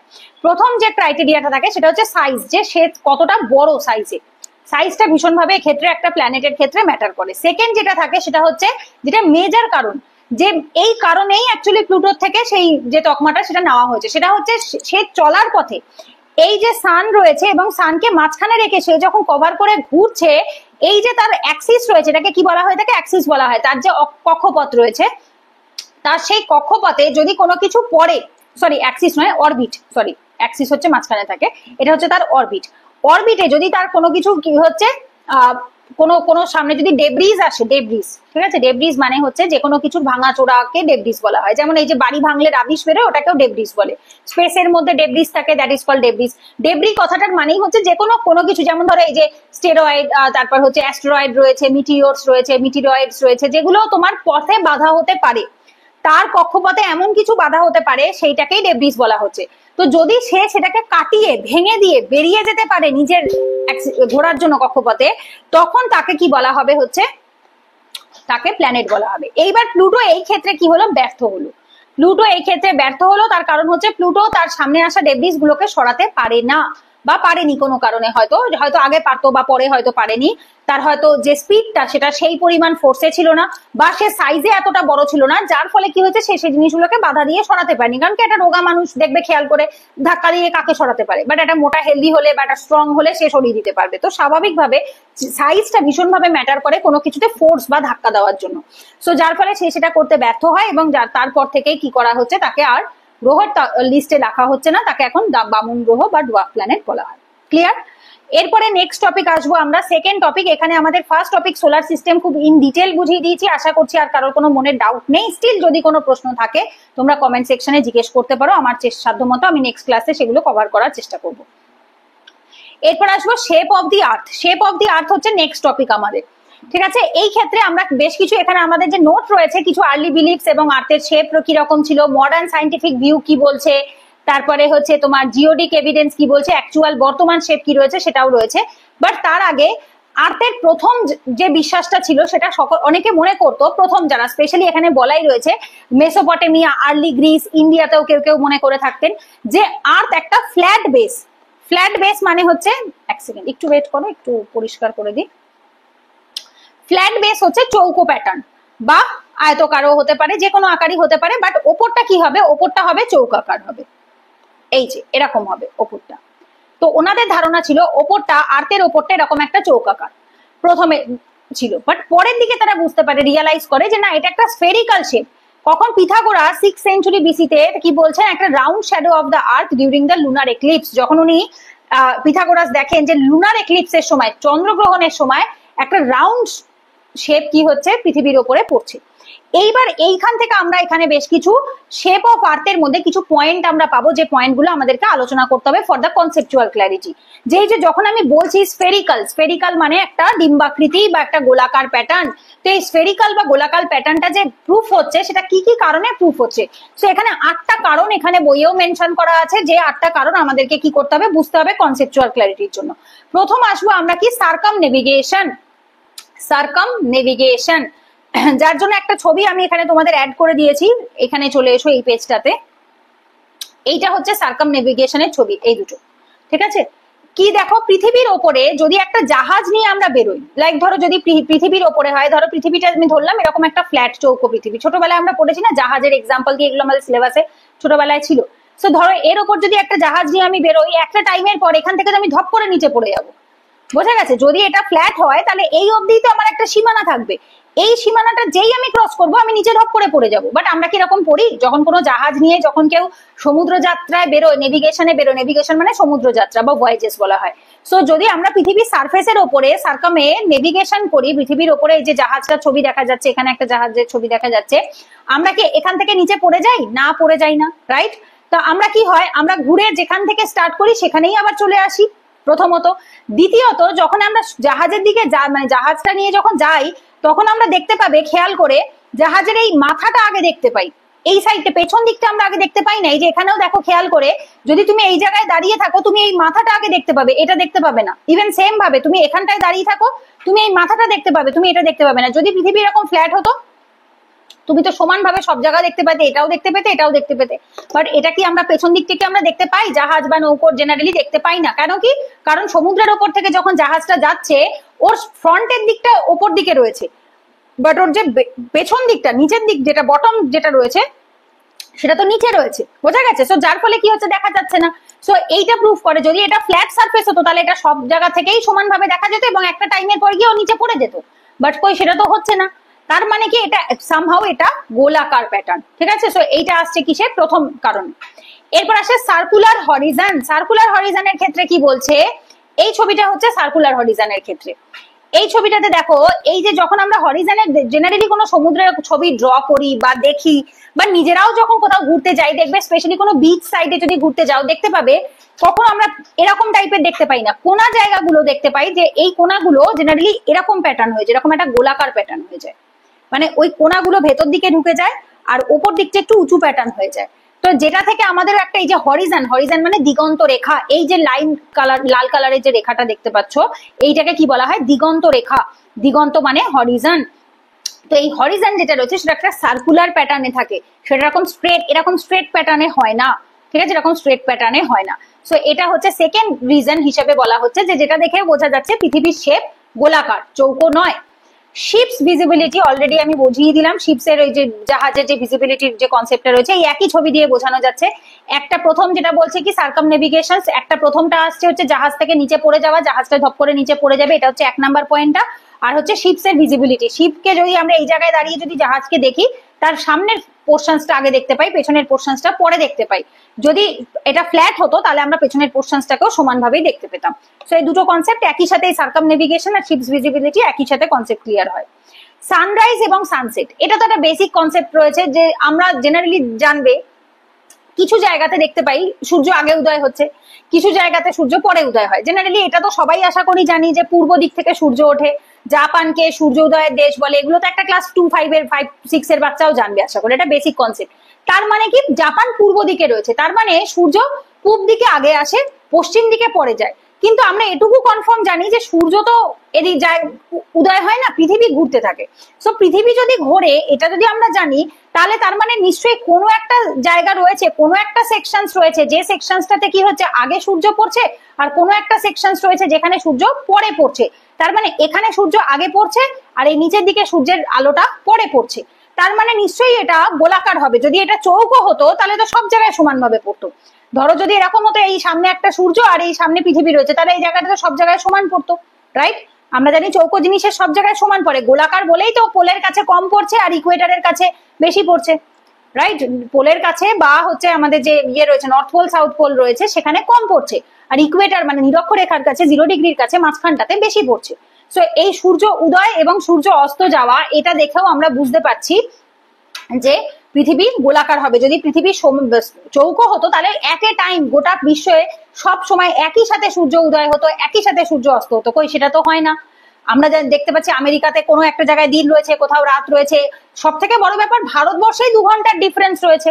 অরুণাচল প্রদেশে ভোর 5টায় সূর্য উঠলে গুজরাটে সূর্য উঠতে সকাল 7টা বেজে যাচ্ছে। 2 ঘন্টার ডিস্টেন্স রয়েছে, ডিফারেন্স রয়েছে। তো এই যে জিনিসটা রয়েছে, এটার উপর বেস করেই আমরা একটু পরে টাইম জোনটা বুঝবো। বাট এটাও কি বলছে এক্ষেত্রে আমাদের, এটা একটা অন্যতম রিজন যে পৃথিবী গোলাকার, পৃথিবী একদম চ্যাপ্টা নয়। লুনার এক্লিপস, এই যেটা আমরা একটু আগেই বলছিলাম যে পিথাগোরাস এখানে একটা লুনার এক্লিপসের কনসেপ্ট থেকে বলছেন 6th সেঞ্চুরি বিসিতে, যে লুনার এক্লিপস যখন হয়, চন্দ্রগ্রহণ যখন হয়, এই যে এখানে যে ছবিটা দেওয়া আছে লুনার এক্লিপসের, তো যদি পৃথিবী এই যে আর্থের যে শেপ, যদি আর্থ যদি এরকম চৌকো বক্স মতো হতো বা এরকম চ্যাপ্টা হতো, তাহলে কি হতো, এর ওপর যে ছায়াটা পড়তো সেই ছায়াটাও এরকম চৌকো পড়তো, রাইট? বাট কখনো পরে এরকম চৌকো ছায়া না, কি পড়ে, গোল ছায়া পড়ে, গোল ছায়া পড়ে। তার মানে এই ছায়াটা দেখেও আমরা বুঝতে পারছি, তার মানে ও আচ্ছা, এই যে গ্রহণ হচ্ছে, সূর্যগ্রহণ চন্দ্রগ্রহণ, স্পেশালি চন্দ্রগ্রহণে, সূর্যগ্রহণে এটা বোঝা যায় না, চন্দ্রগ্রহণে যখন চন্দ্রের গ্রহণ হচ্ছে তখন কি হচ্ছে, পৃথিবীর ছায়া চন্দ্রের ওপর পড়ছে। আর পৃথিবীর ছায়াটা কিরকম, কোন জিনিস যেরকম হবে তার ছায়াও সেরকম হবে। পৃথিবী যেহেতু গোলাকার সেহেতু তার ছায়াও গোলাকার হচ্ছে, এটাও একটা রিজন। এরপরে আসছে কি, প্ল্যানেটারি বডিজ আর স্ফেরিক্যাল। তো যাবতীয় যা প্ল্যানেটারি বডিজ, এই যে এখানে যে ছবিটা আমরা ড্র দিয়েছি, এই ছবিটা থেকে তো আমাদের এটুকু কনসেপ্ট ক্লিয়ার হয়েছে যে এগুলোকে কি বলা হচ্ছে, planetary bodies. So planetary bodies যখন সবাই গোল, তাহলে পৃথিবী মাঝখান থেকে একা কেন চৌকো হতে যাবে, পৃথিবী নিজেও গোল হবে, এরা প্রত্যেকেই গোল হবে। আর এটা খুব ইজিলি বোঝা যায় কিভাবে, আমি তোমাদের একটা ছোট্ট এক্সপেরিমেন্ট বলতে পারি, যেটা আমি নিজেও একবার করেছি, প্লাস ব্যাচে সমস্ত ব্যাচের স্টুডেন্টদেরকেই বলি করতে। বাড়িতে তোমরা এই সামনেই দীপাবলি, অনেকেই মাটির প্রদীপ বানিয়ে থাকো, নরম মাটি ছেনে নরম করে পলি মাটি করে। তো ওর মাঝখান থেকে একটা ঝাড়ুর যে কাঠি হয়, তো সেই কাঠি ঢুকিয়ে দেবে, যেটাকে নারকেলের শলা বলা হয়ে থাকে, ঢুকিয়ে দেবে। দিয়ে ওটা যদি চ্যাপ্টাও হয়, ধরো তুমি একটা আকার করলে, ওটাকে চৌকো আকার করলে, বা একটা লম্বা আকার করলে, বা কেউ একটা ল্যাংচার মতো একটা লম্বাটে প্যাটার্ন করলে, কেউ একটা সরু এরকম লম্বা প্যাটার্ন করলে, যে যে যা ইচ্ছা আকার করো, বাট ওটা নরম মাটি হওয়া চাই। তো ওটার মাঝখান থেকে একটা কাঠি ঢুকিয়ে দেবে, দিয়ে কি করবে, এটাকে কিছুক্ষণ এরকম এরকম করে ঘোরাবে, ঠিক আছে, এরকম করে ঘোরাবে, আর এইভাবে করে ঘোরাতে থাকবে, মানে মনে করবে ওটা পৃথিবী। সো পৃথিবী কি করে, পৃথিবী দুভাবে ঘোরে, একবার হচ্ছে নিজের অ্যাক্সিসে ঘোরে, আবার আরেকটা অরবিটের সাথেও ঘুরছে, মানে 2 জায়গাতেই ঘুরছে, ও নিজের কক্ষপথেও ঘুরছে, আবার নিজেকেও ঘুরছে, সার্কেল করছে, মানে দুবার করে সার্কেল হচ্ছে। একবার হচ্ছে নিজের মধ্যেও ঘুরছে, আবার ও চারিপাশে ঘুরছে, যেমন লাট্টুর এক্সাম্পল দিয়ে আমরা ছোটবেলায় পড়েছিলাম, রাইট? সো যার ফলে ওই মাটির নরম পিণ্ডটাকেও যদি এভাবে সেম পদ্ধতিতে ঘোরাতে থাকো, ওটা তুমি প্রথমে যে আকারই দাও না কেন, সে চৌকো থাক, বক্স থাক, লম্বা থাক, ও একটা টাইমের পরে দেখতে পাবে ও গোল হয়ে গেছে। যে কোনো নরম জিনিস, তার মানে কি পৃথিবী যখন প্রথম স্টেজে ছিল, বা যে কোনো প্ল্যানেট যখন শুরুতে ছিল, কি ছিল, নরম ছিল। এরা প্রথমেই তো কেউ সলিড হয়ে যায়নি, বোঝা গেছে, এরা তো প্রথমে সফট ছিল। সো সেই সফট অবস্থায় যদি কেউ কন্টিনিউয়াসলি সার্কেল মোশনে ঘোরে, অটোমেটিক্যালি তার বডির যে শেপটা থাকবে সেটাও সার্কেল হয়ে যাবে, বোঝা গেছে। তো এবং দেখবে খেয়াল করে তার উপরের দিকটা স্ফেরিক্যাল হয়ে যায়, মানে হচ্ছে একটুখানি এরকম চ্যাপ্টা হয়ে যায়। এটা তোমরা এটা বাড়িতে নিজেরা এক্সপেরিমেন্ট করে দেখতে পারো, আমি নিজেও করে দেখেছি, এটা একদম সেম অ্যাজ ইট ইজ ওই একই পদ্ধতিতে হয়ে থাকে। উপরের অংশ দুটো, পোলের জায়গা দুটো একটু চ্যাপ্টা হয়ে যায়, আর মাঝখানে দুটো একটুখানি বাইরের দিকে বেরিয়ে যায়। কেন বাইরের দিকে বেরিয়ে যায়, ও দুবার ঘুরছে, একবার নিজের অ্যাক্সিসে ঘুরছে, আবার এপাশে অরবিটেও ঘুরছে, দুবার করে ও ঘুরে যাচ্ছে। সো যার ফলে কি হচ্ছে, এই যে দুবার অ্যাক্সিসে এবং অরবিটে 2 জায়গাতেই যখন ও ঘুরছে, মানে চাঁদের নিজেকে একবার ঘোরাচ্ছে, প্লাস আবার সূর্যের চারিপাশেও ঘুরছে। এর ফলে কি হচ্ছে, এর দুপাশটা একটু বাল্জ হয়ে বাইরের দিকে বেরিয়ে গেছে আর মাঝখানটা একটু চ্যাপ্টা হয়ে গেছে। তো এই প্রসেসটা তোমরা বাড়িতে নিজেরাও প্র্যাকটিস করে একবার দেখতে পারো, এক্সপেরিমেন্ট করে দেখতে পারো। সো সেখান থেকেও বোঝা যাচ্ছে যে সমস্ত প্ল্যানেটারি বডিজ যারা রয়েছে তারা সবাই গোল হয়ে থাকে, একটু স্ফেরিক্যাল চ্যাপ্টা টাইপের হয়ে থাকে। সো সেই চ্যাপ্টা টাইপের যে পজিশনসটা সেটা থেকে তার মানে পৃথিবীও তাই হবে। আর 7 নম্বরে কি বলছে, deriving poles on a level ground on a curved path. ঠিক আছে, তো এটার জন্য আমরা দেখতে পাচ্ছি যখন কোনো 3টে পোল লাগানো হয়, ঠিক আছে, ধরো দেখা যাচ্ছে যে এইখানে একটা পোল লাগানো হয়েছে, এখানে একটা পোল লাগানো হয়েছে, এখানে একটা পোল লাগানো হয়েছে। যখন রাস্তার উপর রাস্তার দেখবে জেনারেলি পোল লাগানো থাকে, এবার ধরো তুমি মাঝ বরাবর এখানে দাঁড়িয়ে আছো, তুমি এইটার হাইটটাকে সব থেকে উঁচুতে দেখবে, এটাকে নিচুতে দেখবে, এটাকেও নিচুতে দেখবে। এখান থেকে ধরো একটা কোনো পোল লাগানো আছে, এটাকে তুমি আরো নিচে দেখবে। জেনারেলি দেখবে ট্রেনের লাইন, যারা ড্রয়িং শিখেছো তারা জানবে পার্সপেক্টিভ ড্রয়িং বলে একটা ড্রয়িং হয়, আমরা ছোটবেলায় শিখেছি, স্টুডেন্টদেরও শিখিয়েছি। পার্সপেক্টিভ ড্রয়িং হয় যে চোখের ওপরের লাইন নিচের দিকে নামে, নিচের লাইন ওপরের দিকে যায় এবং আস্তে আস্তে একটা টাইমে গিয়ে তার একটা বিন্দুতে গিয়ে মিলে যায়। তো এটা হয় কিসের জন্য? বিকজ পৃথিবী গোল বলে। তো আস্তে আস্তে যত দূরে যাবে তত এটাকে আমি দূর থেকে ছোট দেখতে পাবো। দেখবে এই যে আস্তে আস্তে রাস্তার যে লাইট গুলো থাকে, ল্যাম্পপোস্টের লাইট গুলো একটা টাইমের পরে গিয়ে একটা পয়েন্টে বা একটা বিন্দুতে মিলে যায়। সো এইটা আমরা বুঝতে পারছি যে পৃথিবী যদি সমান হতো, যদি এরকম একটা সেম লাইনের উপরেই বেস করে হতো, তাহলে কি হতো, সবাইকে আমি একই জায়গা থেকে একই সাইজে দেখতে পেতাম, রাইট? সবাইকে একই সাইজে দেখতে পেতাম। আমি তো সেটা দেখতে পাচ্ছি না, দূরে যাচ্ছে বলে ছোট হয়ে যাচ্ছে। ক্লিয়ার?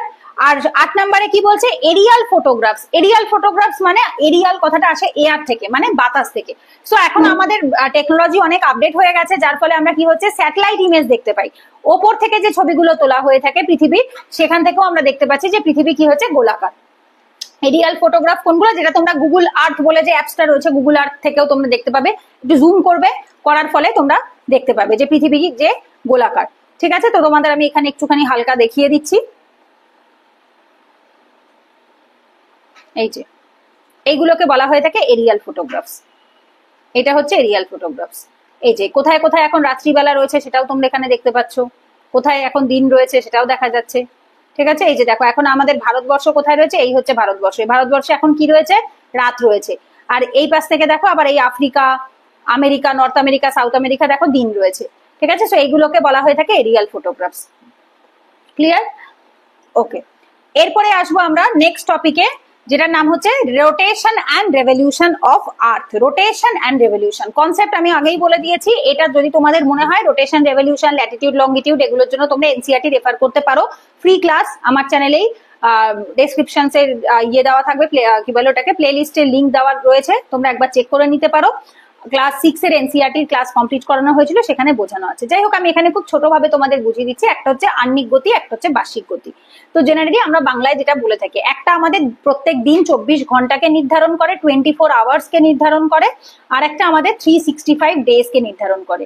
তার মানে কি, মানে হচ্ছে পৃথিবী নিজের অ্যাক্সিসে, নিজের যে ইয়েটা রয়েছে, যে মাঝখানে যে টিলটা রয়েছে, সেইটাকে মাঝখানে রেখে, ওই যেরকম বললাম ঝাঁটার কাঠি, যেটা তুমি মাটির দলার মধ্যে একটা ঝাঁটার কাঠি ঢুকিয়ে দেবে, দিয়ে ঘোরাবে, তো ওই যে কাঠিটা থাকবে, ওই কাঠিটাকে মনে করবে ওর নিজের রোটেশন। ওইখানে যে ও ঘুরছে সেটার জন্য কত 24 ঘন্টা সময় লাগে, 24 আওয়ার্স টাইম লাগে, যেটা আমাদের একটা দিন হয়, 1 ডে হয়, রাইট? আর রেভলিউশন কোনটা, যেটা বার্ষিক গতি, যেটাকে আমাদের বর্ষ থেকে কথাটা এসছে। বার্ষিক কথাটার মানে হচ্ছে বর্ষ, যেটাতে 1 বছর টাইম লেগে যায়। সেটা কি, মাঝখানে সানকে রাখবে, সূর্যকে রাখবে এবং সূর্যের চারিপাশে সে ঘুরবে। ঠিক আছে, ইস্ট টু ওয়েস্ট, পূব থেকে পশ্চিমে যাবে, যার জন্য পূব থেকে যেহেতু ঘুরছে, দ্যাটস ওয়াই আমাদের পূব দিকে সূর্যের আলো আগে পড়ে। এইটাই হচ্ছে, এই জন্য আমরা বলি না পূব দিকে সূর্য ওঠে, sun rises at the east, ঠিক আছে, and sunset at the west. Actually sun কোথাও রাইজও হয় না, সান কোথাও ওয়েস্ট সেটও হয় না, সান সানের জায়গাতেই থাকে। বাট যেহেতু আমরা পূবমুখী হয়ে ঘুরি, সেহেতু আমাদের কি হয়ে থাকে, আমাদের পূব দিকে সূর্যের আলোটা আগে পড়ে, পশ্চিম পরে আসে। সেই কারণে বলা হয়ে থাকে আমাদের অরুণাচল প্রদেশে সূর্য আগে ওঠে এবং গুজরাটে সূর্য পরে ওঠে। আর কিছুই না, শুধুমাত্র ডিফারেন্সের, জায়গার ডিফারেন্সের উপর বেস করে হয়ে থাকে। সেটার উপর বেস করেই আমরা লাস্ট টপিক যেটা রয়েছে জিএমটি, গ্রিনিচ মিন টাইম, এবং আইডিএল মানে ইন্টারন্যাশনাল ডেডলাইন, সেটাও বুঝবো। আচ্ছা, এরপরে আসবো আমরা আর্থের রেভলিউশনের কথা। যদি আমরা বলি, এই যে ছবিটা দেওয়া আছে সেটা তোমরা দেখতেই পাচ্ছ এখানে। এই ছবিটা এখানে হয়তো অত ভালো নেই, বাট পিডিএফ এগুলো সব ভালো কোয়ালিটিতেই আছে। এটা স্ক্রিনশট তুলে যেহেতু দেওয়া রয়েছে, অত ভালো বোঝা যাচ্ছে না। আচ্ছা, রেভলিউশনস কোনটাকে বলে, এখানে আমি তোমাদের বলেই দিলাম, খুব সিম্পল ভাবেই লেখা আছে, movement of earth around the sun in a fixed elliptical orbit. একটা নির্দিষ্ট এলিপ্টিক্যাল অরবিটে কি হচ্ছে, যখন চারিপাশে ঘুরবে, এই যে এইটা হচ্ছে তার নির্দিষ্ট একটা এলিপ্টিক্যাল, এলিপ্টিক্যাল মানে এই যে চ্যাপ্টা, ঠিক আছে, পুরোপুরি গোল নয়, that is not circle, this is called elliptical. একটা ডিম্বাকৃতি আকারে যখন সে ঘুরবে তখন হচ্ছে তাকে রেভলিউশনস বলা হয়ে থাকে। আর জেনারেলি 365 দিন 5 ঘন্টা 48 মিনিট 46 সেকেন্ড সময় লেগে থাকে, আর যেটাকে আমাদের কত বলা হয়, একদিন, 1 বছর বলা হয়। এইবার এই যে 5 ঘন্টা 48 মিনিট 46 সেকেন্ড বা এই যে 6 ঘন্টা রইলো, এই 6 ঘন্টা 6 ঘন্টা 6 ঘন্টা 6 ঘন্টা মিলে কি হয়, একটা দিন হয়। সেই একটা দিন আবার পরে গিয়ে যুক্ত হয় কখন, লিপ ইয়ারের সাথে, রাইট? প্রত্যেক যে বছরের শেষে 4 থাকে বা 0 থাকে সেগুলোতে যুক্ত হয়, যেমন 4, 8, 12 এইভাবে করে কি হচ্ছে আমাদের লিপ ইয়ার গুলো যুক্ত হচ্ছে। আচ্ছা, এরপরে কি বলছে, ক্যারেক্টারিস্টিক্স অফ আর্থ অরবিট। কিছু এখানে এলিপ্টিক্যাল স্পিড কত থাকে, অ্যাপ্রক্সিমেটলি 30 কিলোমিটার পার সেকেন্ড, মানে 1 সেকেন্ডে 30 কিলোমিটার পথ চলে যায়, এতটা স্পিডে থাকে। 1 সেকেন্ডে 30 কিলোমিটার, ঠিক আছে, সো অনেকটা স্পিডে থাকে। সেটা হচ্ছে অরবিটের যে স্পিডটা রয়েছে সেটা। কিছু বৈশিষ্ট্য দেওয়া আছে, এগুলো একবার তোমরা দেখতে পারো। জেনারেলি কি হয়ে থাকে, স্লাইটলি অফ সেন্টার থাকে, এলিপ্টিক্যাল অরবিট হয়, মানে হচ্ছে একটুখানি ওই সেন্টারের থেকে একটু দূরে সরে থাকে। অফ সেন্টার কথাটার মানে হচ্ছে এই যে ধরো এই সান রয়েছে, এটা নেক্সট চ্যাপ্টারেই আমরা কভার করব, যাই হোক এখানে আমি একটু বলে দিচ্ছি। এখান থেকে যে ডিস্টেন্সটা থাকবে এটা কম, এখান থেকে যে ডিস্টেন্সটা থাকবে এটা বেশি। এই যে ছবিটা দিয়েছে দেখবে এখানে দেওয়া আছে, ঠিক আছে, এখানে হয়তো বোঝা যাচ্ছে না অতটা, বাট অফ সেন্টার মানে হচ্ছে পুরোপুরি সূর্যকে মাঝখানে রেখে দুদিকে সমান জায়গা রাখে তা নয়, ওই জন্যই একদিকে অপসূর আর একদিকে অনুসূর হয়। যখন সূর্যের সব থেকে কাছে আসে, আমরা পড়েছি না এগুলো, সূর্যের কাছে আসে সূর্যের সব থেকে দূরে যায়, তো অ্যাফিলিয়ান পেরিহিলিয়ান বলা হয় ইংলিশে, ওটাকেই বাংলায় অপসূর অনুসূর বলে। সেই 3 জুলাই আর 3 জানুয়ারি 4 জুলাই বোধহয় খুব সম্ভবত। তো এই যে ডেট গুলো হয়ে থাকে, এই যে এখানে দেওয়াই আছে, এই যে সরি আছে, আমি ভাবছিলাম বোধহয় দেওয়া নেই, এই যে আছে। Perihelion closest to the sun 3 January 147 million kilometre, আর aphelion farthest from the sun মানে সব থেকে দূরে থাকে 4 জুলাই 152 মিলিয়ন কিলোমিটার। মানে কি, মানে হচ্ছে সবসময় যে সানকে মাঝখানে রেখে ঘুরবে নট নেসেসারি। কেন কি, দেখো একটা জিনিস বুঝতে হবে, যখন একটা কোনো জিনিস গোল করে ঘুরছে, ধরো যারা ডান্স করেছো তারাও ভালো জানবে, নাচ করার সময় যখন কেউ গোল গোল করে কত্থক ডান্সে যখন ঘোরে, তখন খেয়াল করে দেখবে যে একটা কি নির্দিষ্ট ফিক্সড জায়গাতেই ঘোরা পসিবল হয়, কখনো না, রাইট?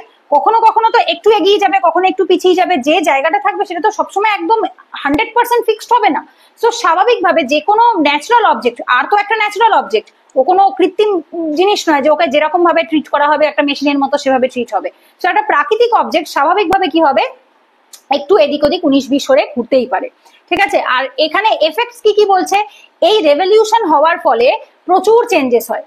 এই রোটেশনের ফলে চেঞ্জেস খুবই সামান্য, শুধু আমাদের দিন রাত্রির যে চেঞ্জেসটা হয় রোটেশনের ফলে সেইটাই হচ্ছে। কেন, সূর্য যে দিকটা আমাদের সামনে পড়ছে, তোমাদের এইমাত্র যে ছবিটা দেখালাম দেখতেই পেলে, তো যে দিকটা সূর্যের সামনের দিকে আসছে, পূব দিকটা থেকে যেহেতু আসছে, তো সেই দিকটা কি হচ্ছে তখন তার দিন হচ্ছে, আর যে দিকটা পেছন সাইডে পড়ছে সেদিকটা রাত হচ্ছে। আবার সেম ভাবে উল্টো হচ্ছে, এখন যে জায়গাগুলোতে দিন রয়েছে সেই জায়গাগুলোতে এখন পরের দিন আবার রাত হয়ে যাবে যখন আমাদের রাত থাকে। তো এটা তো আমরা প্রত্যেকে জানি, যেমন ধরো আমেরিকাতে বা হচ্ছে লন্ডনে যে সময় রাত রয়েছে সেই সময় আমাদের এখানে দিন রয়েছে, ওদের যখন দিন রয়েছে আমাদের রাত রয়েছে। তো এইটা হচ্ছে সিম্পল রোটেশনের জন্য হয়ে থাকে। এই যে তোমাদের আমি এই ছবিটা দেখালাম, এই যে এই ছবিটা, জাস্ট আ সেকেন্ড, একটু জুম ইনটা ছোট করে দিই দাঁড়াও। এই যে, তো এই যে যেটা তোমরা এখন স্ক্রিনে দেখতে পাচ্ছ, এইখানে দেখতে পাচ্ছ north America, south America, Europe, Africa, এখানে দেখো দিন রয়েছে। কেন, বিকজ সূর্য ঘুরছে, এই পৃথিবী ঘুরছে না, সো পৃথিবী ঘোরার ফলে এই যে এই অংশটা যেখানে এখন আমাদের অন্ধকার রয়েছে, এখানটা এখন সূর্যের সামনে আসেনি, রাইট? এটা আবার কালকে সকালবেলা হলে পরে তখন সামনে আসবে, তখন আবার ওদের এখানটা অন্ধকার হয়ে যাবে। তো এই যে জিনিসটা, এইটা সিম্পল রোটেশন। এইখানে এই যে আমি আঙুল দিয়ে যেটা ঘোরাচ্ছি, এটা পৃথিবী নিজেই ঘোরে, এটা পৃথিবী নিজের অ্যাক্সিসের মাধ্যমে সে নিজেই ঘুরবে, রাইট? তো এই যে এখানে আমি জাস্ট তোমাদের বোঝাবার জন্য আঙুল দিয়ে ঘোরাচ্ছি, তো এটা সেম পৃথিবী নিজেই ঘুরতে পারে। তো এইটা কি জন্য হয়ে থাকে, এটা হচ্ছে রোটেশন, আহ্নিক গতি হয় যেটার ফলে। আর বার্ষিক গতি বা রেভলিউশনস কোনটার জন্য হয়ে থাকে, অনেকগুলো, যেটা আমি বললামই অলরেডি, এইটা পৃথিবী সূর্যের চারিপাশে ঘুরছে সেই জন্য, এবং তার ফলে বেশ কিছু চেঞ্জেস বা বেশ কিছু বদল আমরা দেখতে পাচ্ছি, বেশ কিছু এফেক্টস আমরা দেখতে পাচ্ছি। কি কি এফেক্টস আছে এগুলো জাস্ট ফর রিডিং পারপাস ভালো করে একবার দেখে নিতে পারো, আদারওয়াইজ তোমাদের কাছে তো নোট আছেই, তোমরা দেখতেই পাবে। চেঞ্জ অফ সিজন, অবশ্যই সিজন বদলাচ্ছে, রাইট? 365 দিনের মধ্যে আমাদের 6টা মেজর সিজন রয়েছে, 2 মাস 2 মাস করে থাকে, বাট তার ভেতরেও যদি আমরা সেটাকে একটা প্রপার ওয়েতে ভাগ করি, এখন মিনিমাম 4টে সিজন তো আমরা দেখতেই পাচ্ছি, গরমকাল, শীতকাল, বর্ষাকাল, আর একটা ওই মোটামুটি রিট্রিটিং মনসুন বলা হয়, যেটা ওই পুরোপুরি শীতও না পুরোপুরি গরমও না, মাঝ বরাবর একটা থাকে। এরপর আসে variation in day and night. অবশ্যই দিন আর রাতের একটা ভ্যারিয়েশনসও দেখতে পাচ্ছি আমরা, কারণ কি এই যে যখন এদিক ফিরে যখন ঘুরছে এই যে জায়গাগুলো, সেই জায়গাগুলো কি হচ্ছে, সূর্যের সামনে যাচ্ছে, সূর্যের পেছনে যাচ্ছে, সো এটাও একটা চেঞ্জেস আসছে। দিনের ডে অ্যান্ড নাইটেও ভ্যারিয়েশনস হচ্ছে। Variation in altitude of the sun, সূর্য কতটা লেভেল অব্দি পৌঁছচ্ছে। দেখো একটা জিনিস বুঝতে হবে, এই যদি সান হয় আর এই যদি আর্থ হয়, সানের এই জায়গাগুলো যেখানে যেখানে পড়বে সেখানে বেশি আলো পড়ছে, বাট এই যে পোলের জায়গাগুলো, আর্থের এই যে পোল, এই সাইডটা, এই অংশটা তো অন্ধকার থেকে যাচ্ছে, এই অংশটা তো অন্ধকার থাকছে। সো যার ফলে কি বলছে, ভ্যারিয়েশনও থাকছে। সানের যে অল্টিটিউড রয়েছে, যে কতটা মাত্রায় সূর্য তাপমাত্রা পৌঁছবে সেখানে, সেটার মধ্যেও অনেকটা কি হচ্ছে, ডিফারেন্স রয়েছে। আর সানের যে রশ্মিটা কিভাবে পৌঁছায়, অবলিকলি পৌঁছায়। অবলিক মানে তির্যক রশ্মি, তির্যক রশ্মি মানে সূর্য এইভাবে রশ্মি দেয়। কোথায় দেয় বেশি? ট্রপিক জোনে। ট্রপিককে কি বলে? নিরক্ষর, কি বলে ওটাকে, নিরক্ষরেখা হচ্ছে মাঝখানে 0 ডিগ্রি, আর ট্রপিক হচ্ছে কর্কটক্রান্তি রেখা, মকরক্রান্তি রেখা। ঠিক আছে, tropic of Cancer, tropic of Capricorn. So tropic zone যেগুলো রয়েছে, যে কর্কটক্রান্তি এবং মকরক্রান্তি রেখা মানে 23.5 ডিগ্রি নর্থ, 23.5 ডিগ্রি সাউথ, আমরা পড়বো একটু বাদেই ল্যাটিটিউড লঙ্গিটিউড বোঝাচ্ছি, সেই জায়গাগুলোতে বেশি পরিমাণে পড়ে থাকে, অবলিকলি মানে তির্যক ভাবে পড়ে থাকে। ঠিক আছে, আচ্ছা, এবং গরমকালে বেশি থাকছে, শীতকালে কম থাকছে, এই যে বিষয়গুলো রয়েছে। ডিফারেন্ট হিট জোন, এক একটা জায়গায় হিট জোন এক এক রকম তৈরি হচ্ছে, ওটাই পরে দেওয়া রয়েছে। ট্রপিক্স, টেম্পারেট, পোলার জোন। পোলার ট্রপিক গরম বেশি থাকছে, তারপর টেম্পারেটে থাকছে, আর পোলারের কাছে একদম সব থেকে ঠান্ডা, যার জন্য নর্থ পোল, সাউথ পোল, সুমেরু আর কুমেরুতে সব থেকে বেশি ঠান্ডা রয়েছে, বরফ রয়েছে। তো এই বেসিক কনসেপ্ট গুলো একদমই এই চ্যাপ্টারটাতে কভার করানো হয়েছে, বিকজ এই চ্যাপ্টারটা অ্যাকচুয়ালি তোমাদের কাইন্ড অফ বলতে পারো ওই 6 থেকে 10 এর মধ্যে যে এনসিআরটি গুলো রয়েছে সেগুলোকে একটা ছোট সাম আপ বা জিস্ট আউট করে বানানো। আচ্ছা, এরপরে আসবো আমরা next topic, that is the Latitude and longitude. আগে আমরা কনসেপ্ট বুঝবো, তারপর এখানে বইয়ে বা নোটে যা লেখা আছে সেটা তোমরা নিজেরাও বাড়িতে পড়তে পারবে। আগে আমরা কনসেপ্ট বুঝবো, আমাদের জিওগ্রাফির ক্ষেত্রে concept is very important. Latitude, longitude, যারা একদম প্রথমবার শুনছো তাদের জন্যই বলছি, যারা জানো তারা তো অবশ্যই জানবে। ল্যাটিটিউড মানে অক্ষাংশ, লঙ্গিটিউড মানে দ্রাঘিমাংশ। ঠিক আছে, এইবার এই যে ল্যাটিটিউড, এই ল্যাট সবসময় ল্যাট খেয়ে শুয়ে থাকে, এইটা সবসময় মাথায় রাখবে। ল্যাটিটিউড ল্যাট খেয়ে শুয়ে থাকে, মানে ও শুয়েই থাকে। সো দ্যাটস ওয়াই ও সবসময় এভাবে শুয়েই থাকবে, এরম ভাবে শুয়ে থাকবে। আর লঙ্গিটিউড, ওর নামও লং, ও সবসময় লং, লং মানে দাঁড়িয়ে থাকবে, লম্বা লম্বা। আর লম্বা জেনারেলি আমরা এইভাবে করে এঁকে থাকি, রাইট? সো এইভাবে মনে রাখবো, ল্যাটিটিউড ল্যাট খেয়ে শুয়ে থাকে, দ্যাটস ওয়াই ও সবসময় ফ্ল্যাট হয়ে শুয়ে থাকবে। আর লঙ্গিটিউড সবসময় লং থাকবে, লং মানে লম্বা, আর লম্বা মানে হচ্ছে সবসময় এরকম দাঁড়ানো। বোঝা গেছে? সো এইটা হচ্ছে আগে মাথায় রাখতে হবে, কারণ বহু ছেলে মেয়ে আছে যারা ল্যাটিটিউড আর লঙ্গিটিউড যে কোনটা কোন দিকে থাকে সেটাই গুলিয়ে ফেলে। অনেকে আছে ল্যাটিটিউডকে লঙ্গিটিউড ভাবে, লঙ্গিটিউডকে ল্যাটিটিউড ভাবে। সো এই গোলাবে না প্রথমত। দ্বিতীয় কনফিউশন যেটা থাকে, আমি এখানে ফাঁকা পেজে চলে যাচ্ছি, ফাঁকা পেজে বোঝাতে সুবিধা হবে। ওকে, নেক্সট যে কনফিউশন, 1 নাম্বার কি মনে রাখবো আমরা, ল্যাটিটিউড শুয়ে থাকে, আর লঙ্গিটিউড কি করছে, দাঁড়িয়ে থাকে। ঠিক আছে, লঙ্গিটিউড কি করবে, দাঁড়িয়ে থাকবে। Oblong, that's why oblong ভাবে দাঁড়িয়ে থাকবে, আর ও ল্যাটিটিউড, ও ল্যাট খেয়ে শুয়ে থাকবে। প্রথম পয়েন্ট। দ্বিতীয় পয়েন্ট মাথায় রাখতে হবে, যখন আমরা পৃথিবীকে এইভাবে করে ভাগ করি, তখন আশা করি এটা সবাই জানো, যদি না জেনে থাকো স্ক্রিনের দিকে ভালো করে মন দাও। এটা নর্থ, এটা ইস্ট, এটা সাউথ, এটা ওয়েস্ট। আশা করি এটা সবাই জানি আমরা। এটা নর্থ, এটা সাউথ। নর্থ ওপরে হয়, সাউথ নিচে হয়, ইস্ট আমাদের ডান হাতের দিকে হয়, ওয়েস্ট আমাদের বাঁ হাতের দিকে হয়। ক্লিয়ার? এইবার কি হচ্ছে দেখো, খেয়াল করো, ল্যাটিটিউড গুলো কি করে, ল্যাটিটিউড গুলো পশ্চিম থেকে পূর্বে যায়, পশ্চিম থেকে পূর্বে যাচ্ছে, বা আমি ধরলাম পূর্ব থেকেই পশ্চিমে যাচ্ছে, যেটা ইচ্ছা ধরতে পারো, ডাজন্ট ম্যাটার। রানস কোথায় যাচ্ছে, ওয়েস্ট টু ইস্ট, পশ্চিম থেকে পূর্বে যাচ্ছে। আর কাট করছে কাকে, ভাগ করছে কাকে, কাট নর্থ অ্যান্ড সাউথ। এইটা অনেকে গুলিয়ে ফেলে, ভাবে কি যে এরা বোধহয় ওই যে বরাবর যাচ্ছে তাকেই কাট করবে। না, আজকে আমি যদি একটা গোল জিনিসের মাঝ বরাবর একটা দাগ কাটি, তুমি বলবে দিদি লেখাটা কোথায় গেছে, রেখাটা আমি বলবো দিদি পশ্চিম থেকে পূর্বে গেছে। ঠিক, পশ্চিম থেকে বা পূর্ব থেকে পশ্চিমে এসছে। তাহলে ভাগ করলো কাকে, ভাগ কি পূর্ব পশ্চিমকে করেছে, না, ভাগ করেছে উত্তর আর দক্ষিণকে, রাইট? ভাগ করে দিল কাকে, দুজনকে ভাগ করে দিয়েছে, একজন উত্তর একজন দক্ষিণ। সেম ভাবে লঙ্গিটিউড কি করে, লঙ্গিটিউড যায় তো এই বরাবর, যায় তো উত্তর দক্ষিণ, রানস নর্থ টু সাউথ, উত্তর থেকে দক্ষিণে বা দক্ষিণ থেকে উত্তরে, যেটা খুশি ধরতে পারো। ভাগ করছে কাকে, কাট করে কাকে, ইস্ট ওয়েস্ট কে। বোঝা গেছে? কারণ কি, যদি আমি একটা জায়গার মাঝ বরাবর ভাগ করে দিই, দিয়ে বলি এটা গেল কোথার থেকে, বলবো উত্তর থেকে দক্ষিণে গেছে। আর যদি জিজ্ঞেস করে কাকে কাট করেছে, পশ্চিমকে আর পূর্বকে কাট করেছে, রাইট? কারণ কি, এই একটা পশ্চিমের পার্ট হয়ে গেছে, এই একটা পূর্বের পার্ট হয়ে গেছে। সো পৃথিবীকে যদি আমরা মেজার দুটো ল্যাটিটিউড আর দুটো লঙ্গিটিউডের মাধ্যমে ভাগ করি, তাহলে আমাদের চারটে টোটাল গোলার্ধ কটা, দুটো। বাট সেটাকে আমরা হিসেব মতো চারটে গোলার্ধ ধরবো। কেন? এইটা উত্তর গোলার্ধ, এটা দক্ষিণ গোলার্ধ।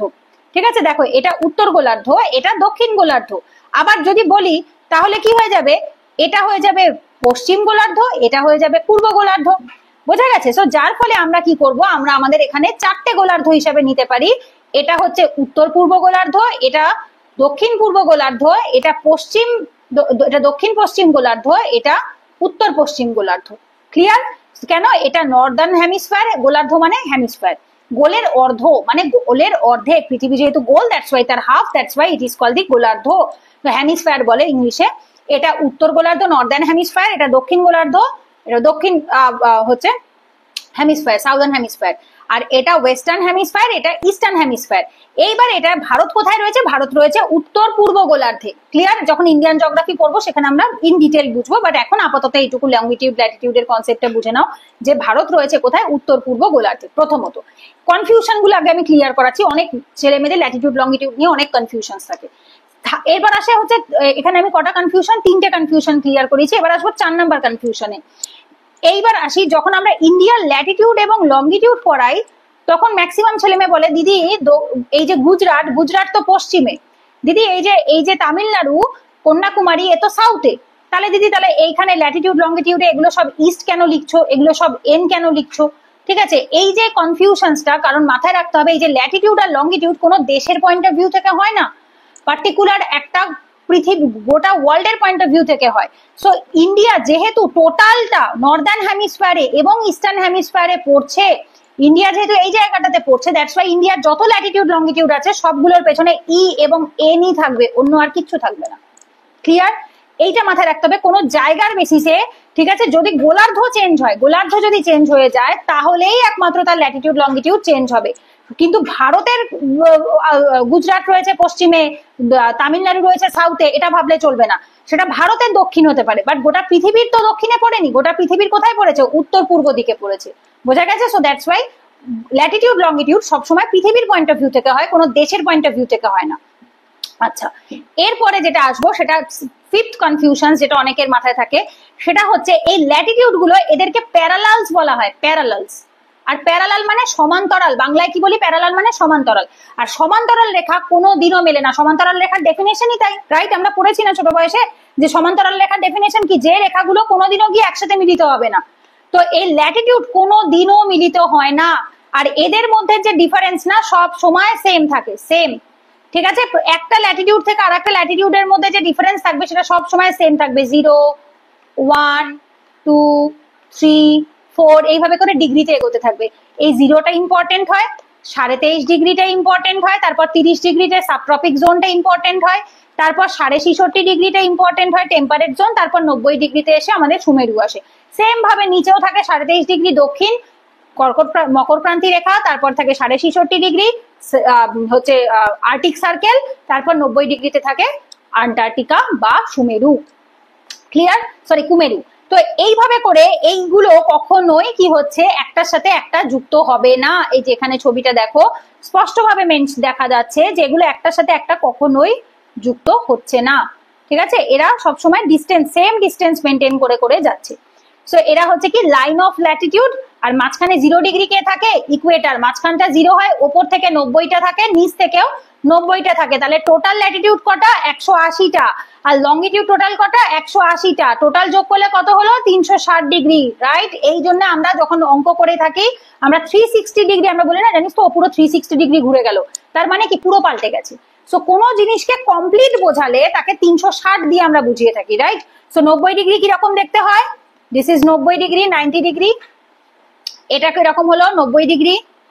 এটা কিরকম হলো? 90 ডিগ্রি। এটাও হলো 90 ডিগ্রি। তো 4টে 90 যোগ হলে কত হয়? 360। তো তাহলে কি হলো? 360 ডিগ্রি হলো। তাহলে 180টা ল্যাটিটিউড আছে, 180টা লঙ্গিটিউড আছে। বোঝা গেছে? সো এই টোটাল 180 যোগ করে আমাদের হচ্ছে টোটাল আমাদের পৃথিবীকে যে লোকেশন বোঝার জন্য, যে কে কোথায় আছে, ধরো এই যে গুগল ম্যাপে লিঙ্ক পাঠাচ্ছি, যে আমি পাঠাচ্ছি আমি অমুক জায়গায় আছি, এই যে লোকেশনটা সেন্ড করছে, এই লোকেশনটা বোঝার জন্য আমরা ল্যাটিটিউড লঙ্গিটিউডটা ইউজ করে থাকি। ক্লিয়ার? আচ্ছা, এইবার এই যে ল্যাটিটিউড তো কোনোদিনও মিলবে না বুঝলাম, বাট এই লঙ্গিটিউড গুলো ভালো করে খেয়াল করে দেখো যে এই যখন ইকুয়েটরের কাছে যাচ্ছে এদের মাঝখানে ডিস্টেন্স গুলো বড় হয়ে যাচ্ছে, রাইট? যখন পোলের কাছে আসছে তাদের মধ্যে ডিস্টেন্স গুলো ছোট হয়ে আসছে, আর গিয়ে তারা একটা সিঙ্গেল বিন্দুতে মিলিত হচ্ছে। তারা একটা সিঙ্গেল বিন্দুতে, দেখি একটা ছবি এঁকে দিই, এই যে এই একটা সিঙ্গেল বিন্দুতে তারা মিলিত হচ্ছে। ছোটবেলায় বাচ্চাদের ফুটবল আঁকতে না, নিজেরাও এঁকেছো, সেই ফুটবল প্যাটার্নের দেখতে হয়ে থাকে, তো এরকম সেই বলের মতো দেখতে হবে, এই বিন্দুতে গিয়ে সুমেরু কুমেরুতে গিয়ে মিলিত হচ্ছে। আর দেখো এদের মাঝখানে যে জায়গাগুলো সেগুলো অনেকটা চওড়া থাকছে, আর এইদিকে যে জায়গাগুলো সেগুলোর সেই জায়গাগুলো অনেকটা পোলের কাছ থেকে এসে সেটা কম্প্রেসড হয়ে যাচ্ছে, ছোট হয়ে যাচ্ছে। ঠিক আছে? সো ডিফারেন্সটা রয়েছে, এইটা দিয়ে কি হয়ে থাকে আমাদের টাইম জোন তৈরি হয়, time zone. Clear? Time zone. আর এই ল্যাটিটিউডের উপর বেস করে আমাদের জেনারেলি কি হয়ে থাকে, আমাদের ক্লাইমেট গুলো ভ্যারিয়েশন হয়ে থাকে। যেমন ধরো এই যে 0 ডিগ্রি নিরক্ষরেখা, নিরক্ষীয় কি বলে ওটাকে, আমাদের ক্লাইমেট থাকে, ক্রান্তীয় ক্লাইমেট থাকে। ক্রান্তীয় মানে হচ্ছে ট্রপিক জোনে যেটা থাকে, ঠিক আছে? তারপর টেম্পারেট জোনে থাকে একরকম ক্লাইমেট, সাব ট্রপিক জোনে থাকে আর এক রকম ক্লাইমেট, সুমেরু কুমেরুতে থাকে আর এক রকম। মানে এই যে শীত করছে, গরম লাগছে, তারপরে এই যে ধরো এখানে বৃষ্টিপাত হচ্ছে, এখানে গরম থাকছে, এখানে বৃষ্টি কম হচ্ছে, শুষ্কতা আসছে, এটা জেনারেলি আমাদের ল্যাটিটিউডের উপর বেস করে হয়ে থাকে। কে কোন ল্যাটিটিউডে বাস করে তার উপর বেস করে সেরকম ক্লাইমেট হয়। আর লঙ্গিটিউডটা জেনারেলি কি হয়ে থাকে, টাইমকে ডিফাইন করে থাকে, ক্লাইমেটকেও করে বাট টাইমটাকে মেজার করে। ঠিক আছে? ল্যাটিটিউড লঙ্গিটিউড দুজনে মিলে টাইম এবং ক্লাইমেটের কে ভ্যারিয়েশনসটা দিয়ে থাকে। আচ্ছা, এইবার এখানে কিছু কিছু তোমাদের ফিচার্স আছে, তোমরা মুখস্থ করতে পারো। আমি কনসেপ্ট যা যা ছিল টোটালটা আমি বুঝিয়ে দিয়েছি, তবু যদি কিছু বাদ গিয়ে থাকে একবার দেখে নেবে। Angular distance of a place north or south of the equator measured in the degree 0 to 90 degree. ঠিক আছে? এটা কি করছে, south of the equator, north or south of the equator, ইকুয়েটারের উত্তরে বা দক্ষিণে, এই ইকুয়েটারকে 0 ডিগ্রি নিরক্ষরেখা মাঝখানে, তার উত্তরেও যাবে বা নিচে দক্ষিণেও আসতে পারে। ইকুয়েটার হচ্ছে 0 ডিগ্রি, যেটাকে একটা রেফারেন্স লাইন হিসেবে নেওয়া হয়ে থাকে, যেটা হচ্ছে কি লংগেস্ট প্যারালাল, সব থেকে বড় প্যারালাল বলতে পারো। কেন সব থেকে বড় প্যারালাল? Any idea? আমরা পড়েছি একটু আগে। কেন সব থেকে বড়? বিকজ এই পৃথিবী এরকম একটু চ্যাপ্টা ধরনের হয়ে থাকে। তো যেহেতু এই জায়গাটা বালজিং থাকে, বালজ কথাটার মানেই চ্যাপ্টা, তো যেহেতু এই মাঝ বরাবর বালজ থাকে, তো সুতরাং এখানে থাকা প্যারালাল যেটা হবে, এখানে লাইন যেটা হবে সেটা সব থেকে লম্বা হবে, লংগেস্ট হবে। আর এই জায়গাটা যেহেতু একটু ছোট হবে, এখানে থাকা যে লম্বা রেখাটা হবে সেটা তুলনামূলকভাবে একটু ছোট হয়ে থাকবে। এটা একটু বড় হবে, এটা একটু ছোট হবে। কেন? বোঝা গেছে, কারণ হচ্ছে পৃথিবীর মাঝখানটা চ্যাপ্টা, বালজিং রয়েছে, দ্যাটস ওয়াই ওখান থেকে যে লাইনটা যাবে সেটার সাইজ একটু বড় হবে। আর যেটা ওপরের দিকে থাকবে সেই জায়গাটা যেহেতু একটু ছোট, সামান্য ছোট থাকে, দ্যাটস ওয়াই ওখানে লাইনটা একটুখানি ছোট হবে। আচ্ছা, এরপরে এখান থেকে আর কি কি ইনফরমেশন, তোমরা এগুলো ডেটা, এগুলো মুখস্থ করতে পারো তোমরা। 90 ডিগ্রি নর্থ সাউথ, এগুলো কনসেপ্ট আমি বুঝিয়ে দিয়েছি। এই পয়েন্টটাকে 90 ডিগ্রি নর্থ সাউথ বলা হচ্ছে, সার্কেলটাকে নয়। টোটাল 180টা প্যারালাল রয়েছে, 90 ডিগ্রি নর্থ, 90 ডিগ্রি সাউথ, এগুলো তো অলরেডি বুঝালাম। ডায়ামিটার যেগুলো রয়েছে, তার ফলে হিট জোন তৈরি হচ্ছে, যেটা বললাম, যার উপর টেম্পারেচারটা ডিফাইন করে থাকে, ওটাকে হিট জোন বলা হয়।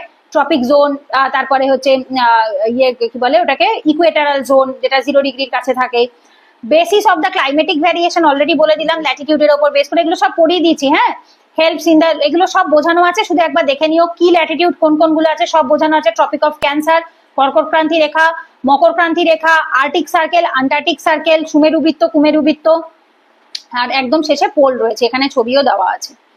এরপর আসে লঙ্গিটিউডও বোঝানো হয়ে গেছে, এখানে কনসেপচুয়াল ক্ল্যারিটি একবার দেখে নেবে। এই যে প্রাইম মেরিডিয়ানকে 0 ধরা হয়ে থাকে, measured in the 0 to 180 degree. Prime মেরিডিয়ানকে এখানে কি করা হয়ে থাকে, 0 ধরা হয়ে থাকে। আর এই প্রাইম মেরিডিয়ানই হচ্ছে ওপর বেস করে জিএমটি হয়, গ্রিনিচ মিন টাইম। পড়বো, একটু বাদেই রয়েছে, এরপরেই দেওয়া রয়েছে বোধহয়, এই যে এখানটাতেই তোমরা পাবে। কোথায় গেল, নোটের মধ্যে আছে, একটু নিচের দিকেই পেয়ে যাবে তোমরা জিএমটি। ঠিক আছে? সো এটাকে জিএমটি বলা হয়, গ্রিনিচ মিন টাইম, যেটাকে 0 ডিগ্রি হিসাবে ধরা হয়ে থাকে। আর হচ্ছে আইডিয়াল মানে হচ্ছে ইন্টারন্যাশনাল ডেট লাইনকে 180 ডিগ্রি ধরা হয়ে থাকে, যেটা ক্রস করলে পরে দিন বদলে যায়।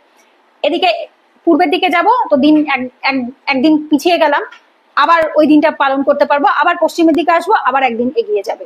মানে ধরো পশ্চিমের দিকে তোমার সোমবার চলছে, পূর্বের দিকে রবিবার চলবে, বা আবার ঠিক উল্টো, আবার যদি 0 ডিগ্রির দিকে যাই, 0 ডিগ্রি থেকে যদি এদিক ওদিক ক্রস করি, তাহলে কি হবে, এপাশে যেই চলে আসবো, আবার ওখানে হয়তো শনিবার ছিল, এখানে তখন রবিবার চলে আসবে। তো এটা বোঝাচ্ছে, আমি একটু বাদেই বোঝাচ্ছি, রয়েছে এখানেই কনসেপ্ট রয়েছে, বাট এটা কানেক্টেড টু দি লংগিটিউড। এটা মাথায় রাখতে হবে যে মিন টাইম বা গ্রিনিচ মিন টাইম বা জিএমটি বা ইন্ডিয়ান স্ট্যান্ডার্ড মেরিডিয়ান, ঠিক যেটাকে IMS ও বলা হয়ে থাকে বা IMT ও বলা হয়ে থাকে, এইগুলো সমস্তটা কানেক্টেড হয় হচ্ছে আমাদের টাইম জোনের সাথে। আচ্ছা, একটু মুছে দিই। আচ্ছা, এরপরে আসবো হচ্ছে এখানে কি বলছে, এখানে আমরা অলরেডি বুঝিয়ে গিয়েছি প্রাইম মেরিডিয়ান 0 ডিগ্রি, যেটা কিনা গ্রিনিচ থেকে গেছে ইউকেতে, ওই জন্য এটাকে গ্রিনিচ মিন টাইম বলে। ইন্টারন্যাশনাল ডেডলাইন যেটা 180 ডিগ্রি, যেটা জিগজ্যাগ প্যাটার্নে রয়েছে, কোথায়, প্যাসিফিক ওশানে রয়েছে, যেটার ফলে ডেট বদলে যায়, ডেট চেঞ্জ হয়ে যায়। এইটা সবসময় মাথায় রাখতে হবে, ডেট বদলে যায়, বাট এমন নয় যে সময় বদলে যাবে, মানে ধরো এখানে সকাল 10টা বাজে তো ওখানে রাত 8টা হয়ে যাবে, না এরকম নয়। ওখানে এখনো সকাল, এখানেও সকাল 10টা, ওপারে গেলেও সকাল 10টা হবে, শুধুমাত্র এখানে রবিবার সকাল 10টা, ওখানে সোমবার সকাল 10টা, এইটুকু ডিফারেন্স। অলওয়েজ রিমেম্বার যে ডেট বদলায়, সময় বদলে যায় না, লোকাল টাইম বদলে যায় না, লোকাল টাইম সেমই থাকে, শুধুমাত্র ডেটটা বদলে যায়। মানে এখন তোমার ঘড়িতে সকাল 9টা বাজে, যেই তুমি 180 ডিগ্রি মানে আইডিয়াল যেই ক্রস করবে, ওখানেও 10টাই বাজবে, কিন্তু ওটা আগের দিনের, মানে ওখানে যে ডেটটা চলবে সেই ডেটটা ওটা আগের দিনের ডেট চলবে। আচ্ছা, টোটাল এসে 360টা মেরিডিয়ানস রয়েছে, এগুলো অলরেডি আমরা বললাম। ইস্টের দিকে 180টা, ওয়েস্টের দিকে 180টা, সেম ভাবে ওপরেও যখন ল্যাটিটিউড করলাম, ওপরে 90টা রয়েছে, নিচে 90টা রয়েছে, টোটাল আসছে। এরপরে আসছে কি, দেখো এটা কি করে, লোকাল টাইম ডিটারমাইন করে থাকে এবং হচ্ছে standard of local time zone, এবং এটা মানুষকে সাহায্য করতে, কাজে হেল্প করে থাকে। বেসিক একটা পার্থক্য দেওয়া আছে, এটা অলরেডি আমি তোমাদের কনসেপচুয়ালি বুঝিয়ে দিয়েছি, আর দেখার খুব একটা দরকার নেই। এইবার এর সাথে টাইম জোনটা আমরা বুঝবো, এর সাথে স্ট্যান্ডার্ড টাইমের কি সম্পর্ক, ওটাই আমাদের last topic, that is the GMT and IDL। এইটা আমি তোমাদের কনসেপচুয়ালি আগে একটুখানি ভালো করে কিছু ছবি দিয়ে বুঝিয়ে দিই, সময়ের সাথে এর কি সম্পর্ক রয়েছে আগে একটু সেটা বুঝবো। দেখো এইখানে আমরা কিছু ছবি দেখতে পাচ্ছি। আচ্ছা, এইখানে যে ছবিটা আমরা দেখতে পাচ্ছি, এক সেকেন্ড একটু জুম করে দিই আমি ছবিটা, আগে আমি একটুখানি গ্রিনিচ মিন টাইমে চলে আসি। এইটা হচ্ছে Greenwich mean time. Countries located on the prime meridian, বা প্রাইম মেরিডিয়ানও যা, গ্রিনিচ মিন টাইমও তাই, কোনো ডিফারেন্স নেই কিন্তু, হ্যাঁ, এটাকে প্লিজ কেউ গোলাবে না বা ভাববে না যে আলাদা কিছু। খেয়াল করো, এই পাশ থেকে এই যে এই অংশটা রয়েছে, এটা হচ্ছে 0, এই পাশ থেকে আবার 180টা বাড়ছে, এখান থেকে আবার 180টা যাচ্ছে।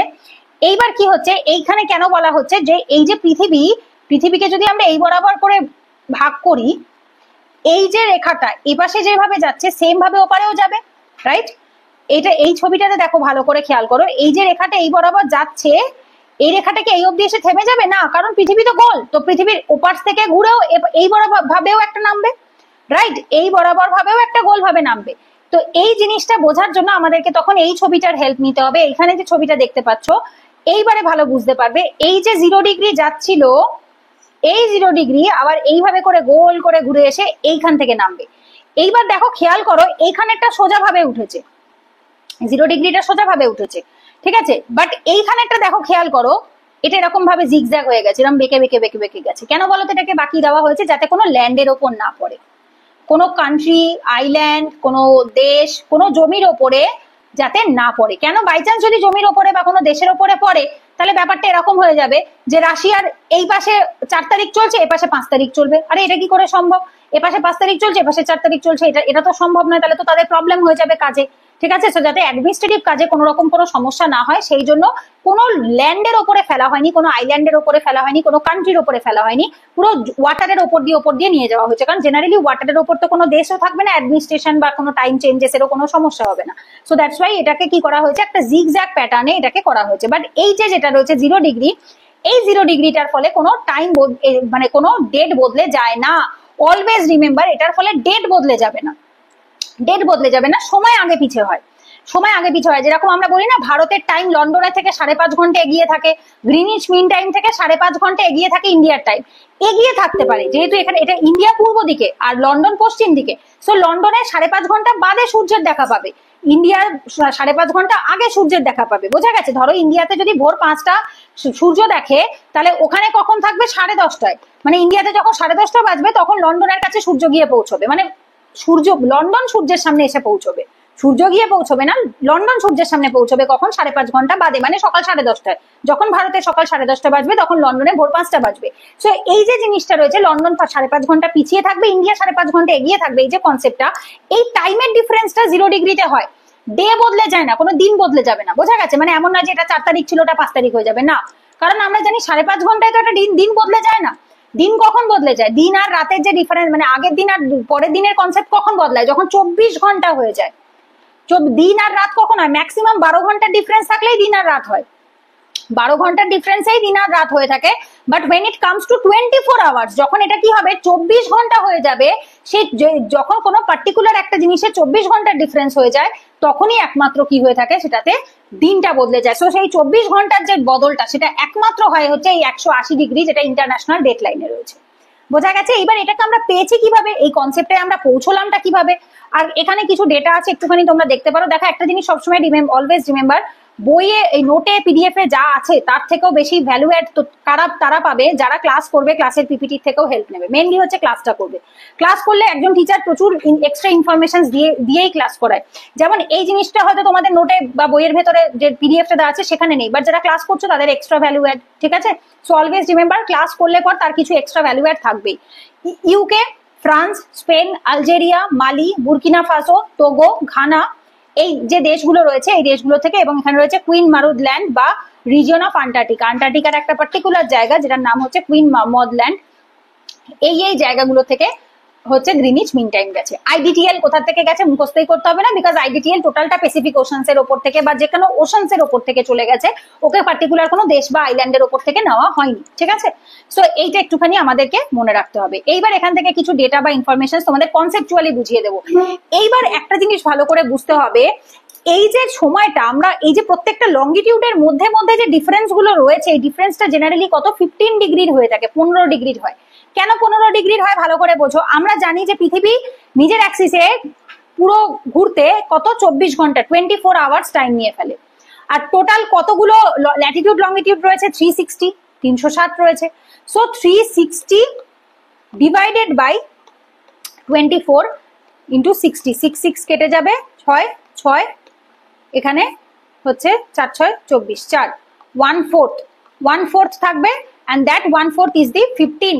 কেন 15?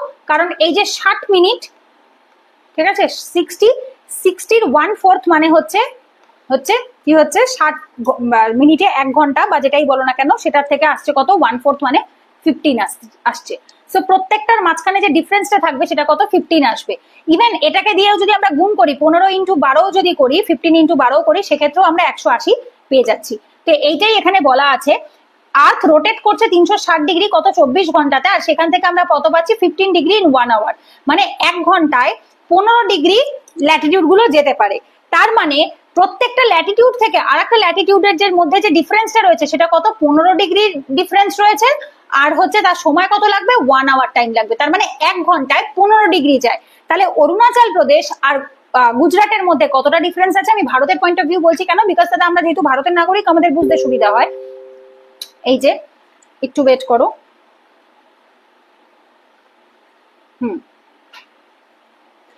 এই যে এইখানে রয়েছে কোথায়, এখানে তো এটাতে ছবিতে মানে কালার করা যাবে না, তোমরা দেখতেই পাচ্ছ আশা করি, করাচি, হায়দ্রাবাদ, গুজরাট, রাজকোট লেখা রয়েছে। এই যে এই অংশটা, ঠিক আছে, জুম ইন করে দিচ্ছি, এই হচ্ছে আমাদের গুজরাট, রান অফ কাচ লেক লেখা রয়েছে, এই হচ্ছে গুজরাট। আর এইখান থেকে অরুণাচল প্রদেশ, এই হচ্ছে আমাদের অরুণাচল প্রদেশ, অরুণাচল প্রদেশ লেখাই রয়েছে, এই যে অরুণাচল প্রদেশ। ঠিক আছে? সো এই অরুণাচল প্রদেশ আর গুজরাটের মধ্যে প্রায় 30 ডিগ্রির ডিফারেন্স।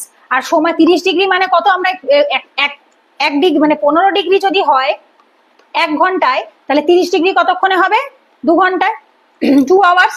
তার মানে অরুণাচল প্রদেশে যদি ভোর 5টায় সূর্য ওঠে, গুজরাটে ভোর 7টায় সূর্য উঠবে। ঠিক আছে? এইবার বিষয়টা হয়ে যায় কি, নিজেদের কাজের তার জন্য সমস্যা হয়, তো তার জন্য ভারত কি করেছে, মাঝ বরাবর একটা জায়গা, যেটাকে আমরা কি বলে থাকি, এলাহাবাদ টাইম জোন বলা হয়ে থাকে। মানে গুজরাটকে বলে তোমরা 1 ঘন্টা এগিয়ে এসো, অরুণাচলকে বলে তোমরা 1 ঘন্টা পিছিয়ে যাও। ওরা ভোর 5টায় সকাল শুরু করবে, তোমরা সকাল 7টায় দিন শুরু করবে, এটা তারা খুবই সমস্যার বিষয়। তো তার থেকে বেটার তোমরা 1 ঘন্টা পেছাও 6টা নাও, আর তোমরা 1 ঘন্টা এগোও 6টা নাও। সো যার ফলে এটাকে কি বলা হয়ে থাকে, আমাদের ইন্ডিয়ান স্ট্যান্ডার্ড মেরিডিয়ান, বা হচ্ছে এটাকে বলা হয়ে থাকে এলাহাবাদ টাইম জোনও বলা হয়।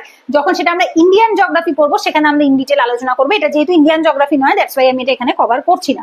ঠিক আছে? এখানে আছে কিছু মানে নোটের ভেতরে একটু মেনশন আছে, যেহেতু ওই কনসেপচুয়াল ক্ল্যারিটির জন্য, বোঝাবার জন্য একটা জাস্ট এক্সাম্পল হিসেবে দেওয়া আছে। এই যে, ঠিক আছে, এই যেখানটা দেওয়া আছে ইন্ডিয়ান স্ট্যান্ডার্ড টাইম জোন, ইন্ডিয়াতে 82.5 ডিগ্রিতে রয়েছে, 82.5 ডিগ্রি ইস্ট লঙ্গিটিউড, মির্জাপুর ইউপির কাছে, যেটা কিনা 5.5 ঘন্টা এগিয়ে রয়েছে জিএমটি থেকে, গ্রিনিচ মিন টাইম থেকে কি হচ্ছে এটা 5.5 ঘন্টা এগিয়ে রয়েছে, যেটা আমি একটু আগেই বোঝালাম তোমাদের। আচ্ছা, এরপর হচ্ছে কি স্ট্যান্ডার্ড টাইম, যেটা আমি বলেই দিয়েছি। দেখো এই যে যার ফলে যেটা আমি বললাম যে লোকাল টাইমে এই যে ডিফারেন্ট লঙ্গিটিউডের ডিফারেন্ট লোকাল টাইম থাকে, যার ফলে রেলওয়ে, কমিউনিকেশন, অ্যাডমিনিস্ট্রেশন এগুলোতে সমস্যা হবে। ধরো এই যে রেলের যে চার্টটা বার করবে টাইমের, এটা তো সেন্ট্রাল গভর্নমেন্ট বার করে। এবার সেন্ট্রাল গভর্নমেন্ট রেলের একটা চার্ট বার করলো, বাট সেই রেলের টাইমটা অরুণাচল প্রদেশে একরকম টাইমে চলছে, গুজরাটে একরকম, পশ্চিমবঙ্গে একরকম, তামিলনাড়ুতে একরকম, অসুবিধা হবে। তো যার জন্য কি করা হয়েছে, সমস্ত অ্যাডমিনিস্ট্রেটিভ কাজের সুবিধার্থে আমরা একটা নির্দিষ্ট একটা ফিক্সড টাইম ধরেছি, যেটা কিনা এলাহাবাদ বা মির্জাপুরের কাছ থেকে গেছে। দ্যাটস ওয়াই এটাকে আমরা কি বলে থাকি, স্ট্যান্ডার্ড মেরিডিয়ান টাইম হিসাবে বা ইন্ডিয়ান স্ট্যান্ডার্ড টাইম বা ইন্ডিয়ান স্ট্যান্ডার্ড মেরিডিয়ানও বলা হয়। এরপর আসে টাইম জোন। অলরেডি টাইম জোনের কনসেপ্ট আমি বুঝিয়ে দিয়েছি। এখানে আর্থকে 24টা টোটাল লোকাল টাইম জোনে ভাগ করা হয়েছে। প্রত্যেকটা টাইম জোনের মধ্যে অ্যাপ্রক্সিমেট কথাটা ইউজ করা হয়েছে। কেন অ্যাপ্রক্সিমেট ইউজ করা হয়েছে, কারণ কি এইখানে লঙ্গিটিউড গুলোর এই জায়গাগুলোতে দেখতে পাবে ডিস্টেন্সটা বেশি, আর এইখানটাতে ডিস্টেন্সটা কম। ঠিক আছে, সো এইখানে হয়তো 15 একটু বেশিও হতে পারে, আর এখানে হয়তো 15 একটু কমও হতে পারে। So on an average approximately 15 degree করে ডিফারেন্স রয়েছে, আর এই 15 ডিগ্রি 1 ঘন্টায় কভার হয়, 1 ঘন্টায় কভার হয়। ঠিক আছে, সো যার ফলে এইভাবে টোটাল 180টা কভার হচ্ছে। আর এই যে বলছে দেখো 1 আওয়ার ডিফারেন্স থাকে প্রত্যেকটা নেইবারিং জোন থেকে, মানে এর থেকে এর 1 ঘন্টা ডিফারেন্স, এর থেকে এর 1 ঘন্টার, এর থেকে এর 1 ঘন্টার, ওর থেকে ওর 1 ঘন্টার, ও তার পরের জনের কাছে পৌঁছতে গেলে ওর 1 ঘন্টা টাইম লাগবে। আর 1 ঘন্টা যখনই ও এগোবে ও 15 ডিগ্রি এগিয়ে যাবে, 15 ডিগ্রি লঙ্গিটিউডে এগিয়ে যাচ্ছে। আচ্ছা, এইবার আসা হচ্ছে দুটোর মধ্যে ডিফারেন্সটা কি, গ্রিনিচ মিন টাইম যেটাকে আমরা 0 ডিগ্রি ধরেছি, আর ইন্টারন্যাশনাল ডেট লাইন যেটাকে আমরা 180 ডিগ্রি ধরেছি। এইটা কি করছে, এই দুটোকে, এই যে গ্রিনিচ মিন টাইমটাকে 0 ডিগ্রিটাকে একটা বেস হিসাবে ধরা হয়। এইবার তোমাদের মনে প্রশ্ন রাখবে, দিদি এখানে কি সত্যি কোনো রেখা আছে? No, it is an illusionary line. Illusionary মানে এটাকে জাস্ট ইলিউশনের মাধ্যমে জাস্ট একটা নিজেদের কাজের সুবিধার্থে এটাকে ড্র করা হয়েছে। এমন নয় যে এই জিনিসটা এখানে ফিক্সড ভাবে একটা লাইনের মতো, রেখার মতো রয়েছে। ঠিক আছে, এটা সবসময় মাথায় রাখবে, যেটা কিন্তু কোনো রেখার মতো নেই, এটা জাস্ট একটা ড্র করা হয়েছে। আর এটা কি বলছে, ইস্ট থেকে ওয়েস্টে যখনই আমরা যাব, পূর্ব থেকে যখনই পশ্চিমে যাচ্ছি, কি হচ্ছে, 1 ডে অ্যাহেড, একদিন আমরা এগিয়ে যাচ্ছি। আর যেই মুহূর্তে আমরা পশ্চিম থেকে আবার পূর্বে যাচ্ছি, একদিন আমরা আবার পিছিয়ে যাচ্ছি। কিসের থেকে, আইডিটিএল থেকে। এই যে আইডিটিএল থেকে, এটা ভালো করে বুঝবে, এই হচ্ছে আইডিটিএল নয়, আইডিএল, ইন্টারন্যাশনাল ডেট লাইন। এটার কি বলছে, পশ্চিম থেকে পূর্বে, পশ্চিম থেকে পূর্ব, পশ্চিম কোনটা, আইডিএল এর পশ্চিম কোনটা, এটা পশ্চিম। পশ্চিম থেকে যে পূর্বে যাব, আমি একদিন এগিয়ে গেলাম। ঠিক আছে, এখানে আমি কি করছি, একদিন অ্যাহেডে চলে যাচ্ছি। আবার পরেরটা কি বলছে, ওয়েস্ট থেকে আমি ইস্টে যাচ্ছি। সরি, আমি উল্টো বললাম বোধহয়, একটু মুছে দিই, উল্টো বলে ফেলেছি প্রথমটা। প্রথমটা কি বলছে, ইস্ট থেকে ওয়েস্টে, এখান থেকে আমি এখানে যাব, আমার প্লাস হয়ে যাচ্ছে, আমি অ্যাহেড হয়ে যাচ্ছি। ঠিক আছে, এখানে ইস্ট থেকে ওয়েস্টে গেলে কি হচ্ছে, আমার অ্যাহেড হচ্ছে, মানে আমার প্লাস হচ্ছে। পরেরটায় আমি পশ্চিম থেকে পূর্বের দিকে আসছি, এখানে আমার মাইনাস হয়ে যাচ্ছে। ঠিক আছে, মাইনাস হয়ে যাচ্ছে। আবার সেম ভাবে কি বলছে, এখানটায় ভালো করে একটা জিনিস বোঝো, কেন এটা প্লাস মাইনাস হয়ে যাচ্ছে, তার কারণটা হচ্ছে এই যে পৃথিবী, ভারত, একটা জিনিস গল্পের মতো করে বোঝো, অত বেশি কমপ্লিকেট করতে হবে না বিষয়টাকে। ধরো আমি ধরলাম এইখানটা 0, এখানটাকে আমি রাত 12টা ধরলাম, ভালো করে বোঝো, এই গ্রিনিচের জায়গাটাতে ছবির দিকে খেয়াল রাখো। এই রাত, গ্রিনিচের মিন টাইমকে 0 ডিগ্রি রয়েছে, এখানে আমি রাত 12টা, জেনারেলি দেখবে আমাদের রাত 12টার সময় আমাদের ফোনেও দেখবে 000 থাকে, রাইট? এরকমই থাকে রাত 12টায়, আগে তো তাই থাকতো, তারপর ওখান থেকে 1টা 2টো এরকম ভাবে আসতে থাকে। এইবার এখান থেকে যখন আমি আসছি, এইবার দেখো যখন এখানে রাত 12টা বাজছে, তখন অলরেডি ইন্ডিয়াতে ভোর 5টা 30 হয়ে গেছে, কারণ 5.5 ঘন্টা এগিয়ে আছে। ডিগ্রি ডিগ্রি করে মেপে মেপে দেখো, তাই হবে। ঠিক আছে, 5.5, যেহেতু এক ডিগ্রিতে 1 ঘন্টা, 15 ডিগ্রিতে যেহেতু 1 ঘন্টা এগিয়ে যাচ্ছে, সো দ্যাটস ওয়াই, যেহেতু ওখান থেকে আমরা যদি এগোই, তাহলে 5 15 45 ডিগ্রি, আর এদিকে 45.5 ডিগ্রি মতো কাছাকাছি চলে আসছে, মানে প্রায় 52 ডিগ্রি ডিফারেন্সে আমরা চলে আসছি। ঠিক আছে, সো যার ফলে কি হচ্ছে, এখানে অলমোস্ট 5:30 সকাল বেজে গেছে। এইবার ইন্ডিয়ার থেকে যখন আস্তে আস্তে আস্তে আস্তে করে আমরা আরো এগোচ্ছি, আরো আরো করে ডিগ্রি ডিগ্রি বাড়ছে, তখন দেখা যাচ্ছে কি হচ্ছে, এইখানটাতে একটা গোটা দিন কভার হয়ে গেছে, একটা গোটা দিন কভার হয়ে গেছে। ঠিক আছে, এইখান থেকে এই অবধি আস্তে আস্তে একটা টোটাল গোটা দিন 180 ডিগ্রি কভার হয়ে গেছে। এই যে এখানটা জুম ইন করে দেখো, 0, 15, 30, 45, 60, 75, 90, 105, 120, 155, 150, 165, 180। ঠিক আছে, এইভাবে করে করে দেখো দেখো, এই অবধি আস্তে আস্তে ফুল একদম কমপ্লিট হয়ে গেল 180টা। এইবার যেই এখানে 180টা হয়ে যাচ্ছে, তো অটোমেটিক্যালি কি হবে, ওই গোটা দিনটা ওই দিনে শেষ হয়ে গেছে। এবার অটোমেটিক্যালি পরের দিনটা কি হচ্ছে, আবার এগিয়ে যাচ্ছে। ঠিক আছে। সো এই জন্য মেন হচ্ছে এই যে ডিফারেন্সটার জন্য আমরা মেন 180টার মধ্যে যে ডিফারেন্সটা দেখতে পাচ্ছি 12 ঘন্টা ডিফারেন্স হয়ে যাচ্ছে, আর 12 ঘন্টা ডিফারেন্স হলে একটা দিন রাতের পুরো কভার আপ হয়ে যাচ্ছে। তো সেই জন্য কি বলছে এখানটাতে বিষয়টা হয়ে যাচ্ছে একটা অন্য দিন, টোটাল একটা অন্য দিন চলে আসছে, বোঝা গেছে। তো এই যে জিনিসটা বলছে এই জিনিসটা আসছে কিসের জন্য, এটা আমাদের আইডিএল বা ইন্টারন্যাশনাল ডেডলাইনটা আমাদের একটা দিনকে এদিক ওদিক করে দিতে পারে। মানে আগের দিনটা এখানে ধরো একটা কথার কথা একটা ছোট এক্সাম্পল দিয়ে বোঝো, এইখানে ধরো সানডে ছিল আর এই জায়গাটা কি হয়ে যাবে মন্ডে হয়ে যাবে, ঠিক আছে। এইবার ডেট সময় একই থাকবে, এই লাইনটা স্পষ্টভাবে লেখা আছে দেখবে খেয়াল করে, local time remains the same but the date differ. Local time ধরো এখানে যদি এরকম যদি হয় যে ধরো তুমি এই জায়গাটায় আছো, বোঝার স্বার্থে বোঝো, তুমি এই জায়গাটায় আছো, তোমার ঘড়িতে 9 AM সকাল 9টা বাজে, এবার তুমি এই জায়গাটা ক্রস করে এই জায়গাটাতে আসলে তখন ওদেরকে জিজ্ঞেস করবে কটা বাজে, ওরাও বলবে 9টাই বাজবে। ওদেরকে যখন তুমি ডেট জিজ্ঞেস করবে ওরা বলবে আজকে 12 তারিখ, 12/5 কথার কথা বোঝাবার জন্য বলছি 2024। আর তুমি বলবে এখানে তো আমি একটু আগে ছিলাম, এখানে তো 13/5 ছিল, তখন বলবে যে না এটা এই যে ক্রস করলে, ঠিক আছে, এটা কি হবে পিছিয়ে যাবে, মানে এটা 12 হয়ে যাবে, এটা 13 হয়ে যাবে। এইবার যেই তোমার মনে হবে যে ঠিক আছে চলো আবার এপাশে চলে আসি, এবার যেই এপাশে চলে আসবে এখানে 12 ছিল আবার এখানটাতে 13 হয়ে যাবে, আবার এখানে 13/5/2024। এটা জাস্ট একটা হাইপোথেটিক্যাল আমি একটা এক্সাম্পল নিয়েছি, এটা কোনো ফিক্সড কোনো ডেট নয়, জাস্ট বোঝাবার সাথে একটা এক্সাম্পল দিলাম, বোঝা গেছে। সো এইভাবে করে কি হয়ে থাকে ইন্টারন্যাশনাল ডেডলাইন আমাদের টাইম জোনকে একটা আলাদা দিনে বা আলাদা একটা টোটাল ডেটে পার করে দেয়। আচ্ছা এইখানে আমরা একটু ডেফিনেশনসটা দিয়েই দিয়েছি, এখানে দেখে নাও।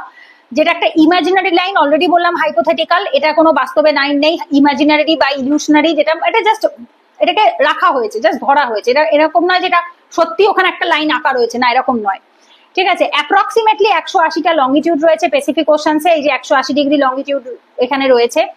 Date changes by 1 day when cross, যখন ক্রস করছো ডেট বদলে যাচ্ছে, ঠিক আছে। এবং কি বলছে uniform 24 hour span across the globe, যেহেতু টোটাল 180টাতে কি হচ্ছে 24 ঘন্টা কমপ্লিট হয়ে যাচ্ছে, 12x15 12x15 180 কমপ্লিট হয়ে যাচ্ছে। Helps in নেভিগেশনস, air travel, shipping, global communications.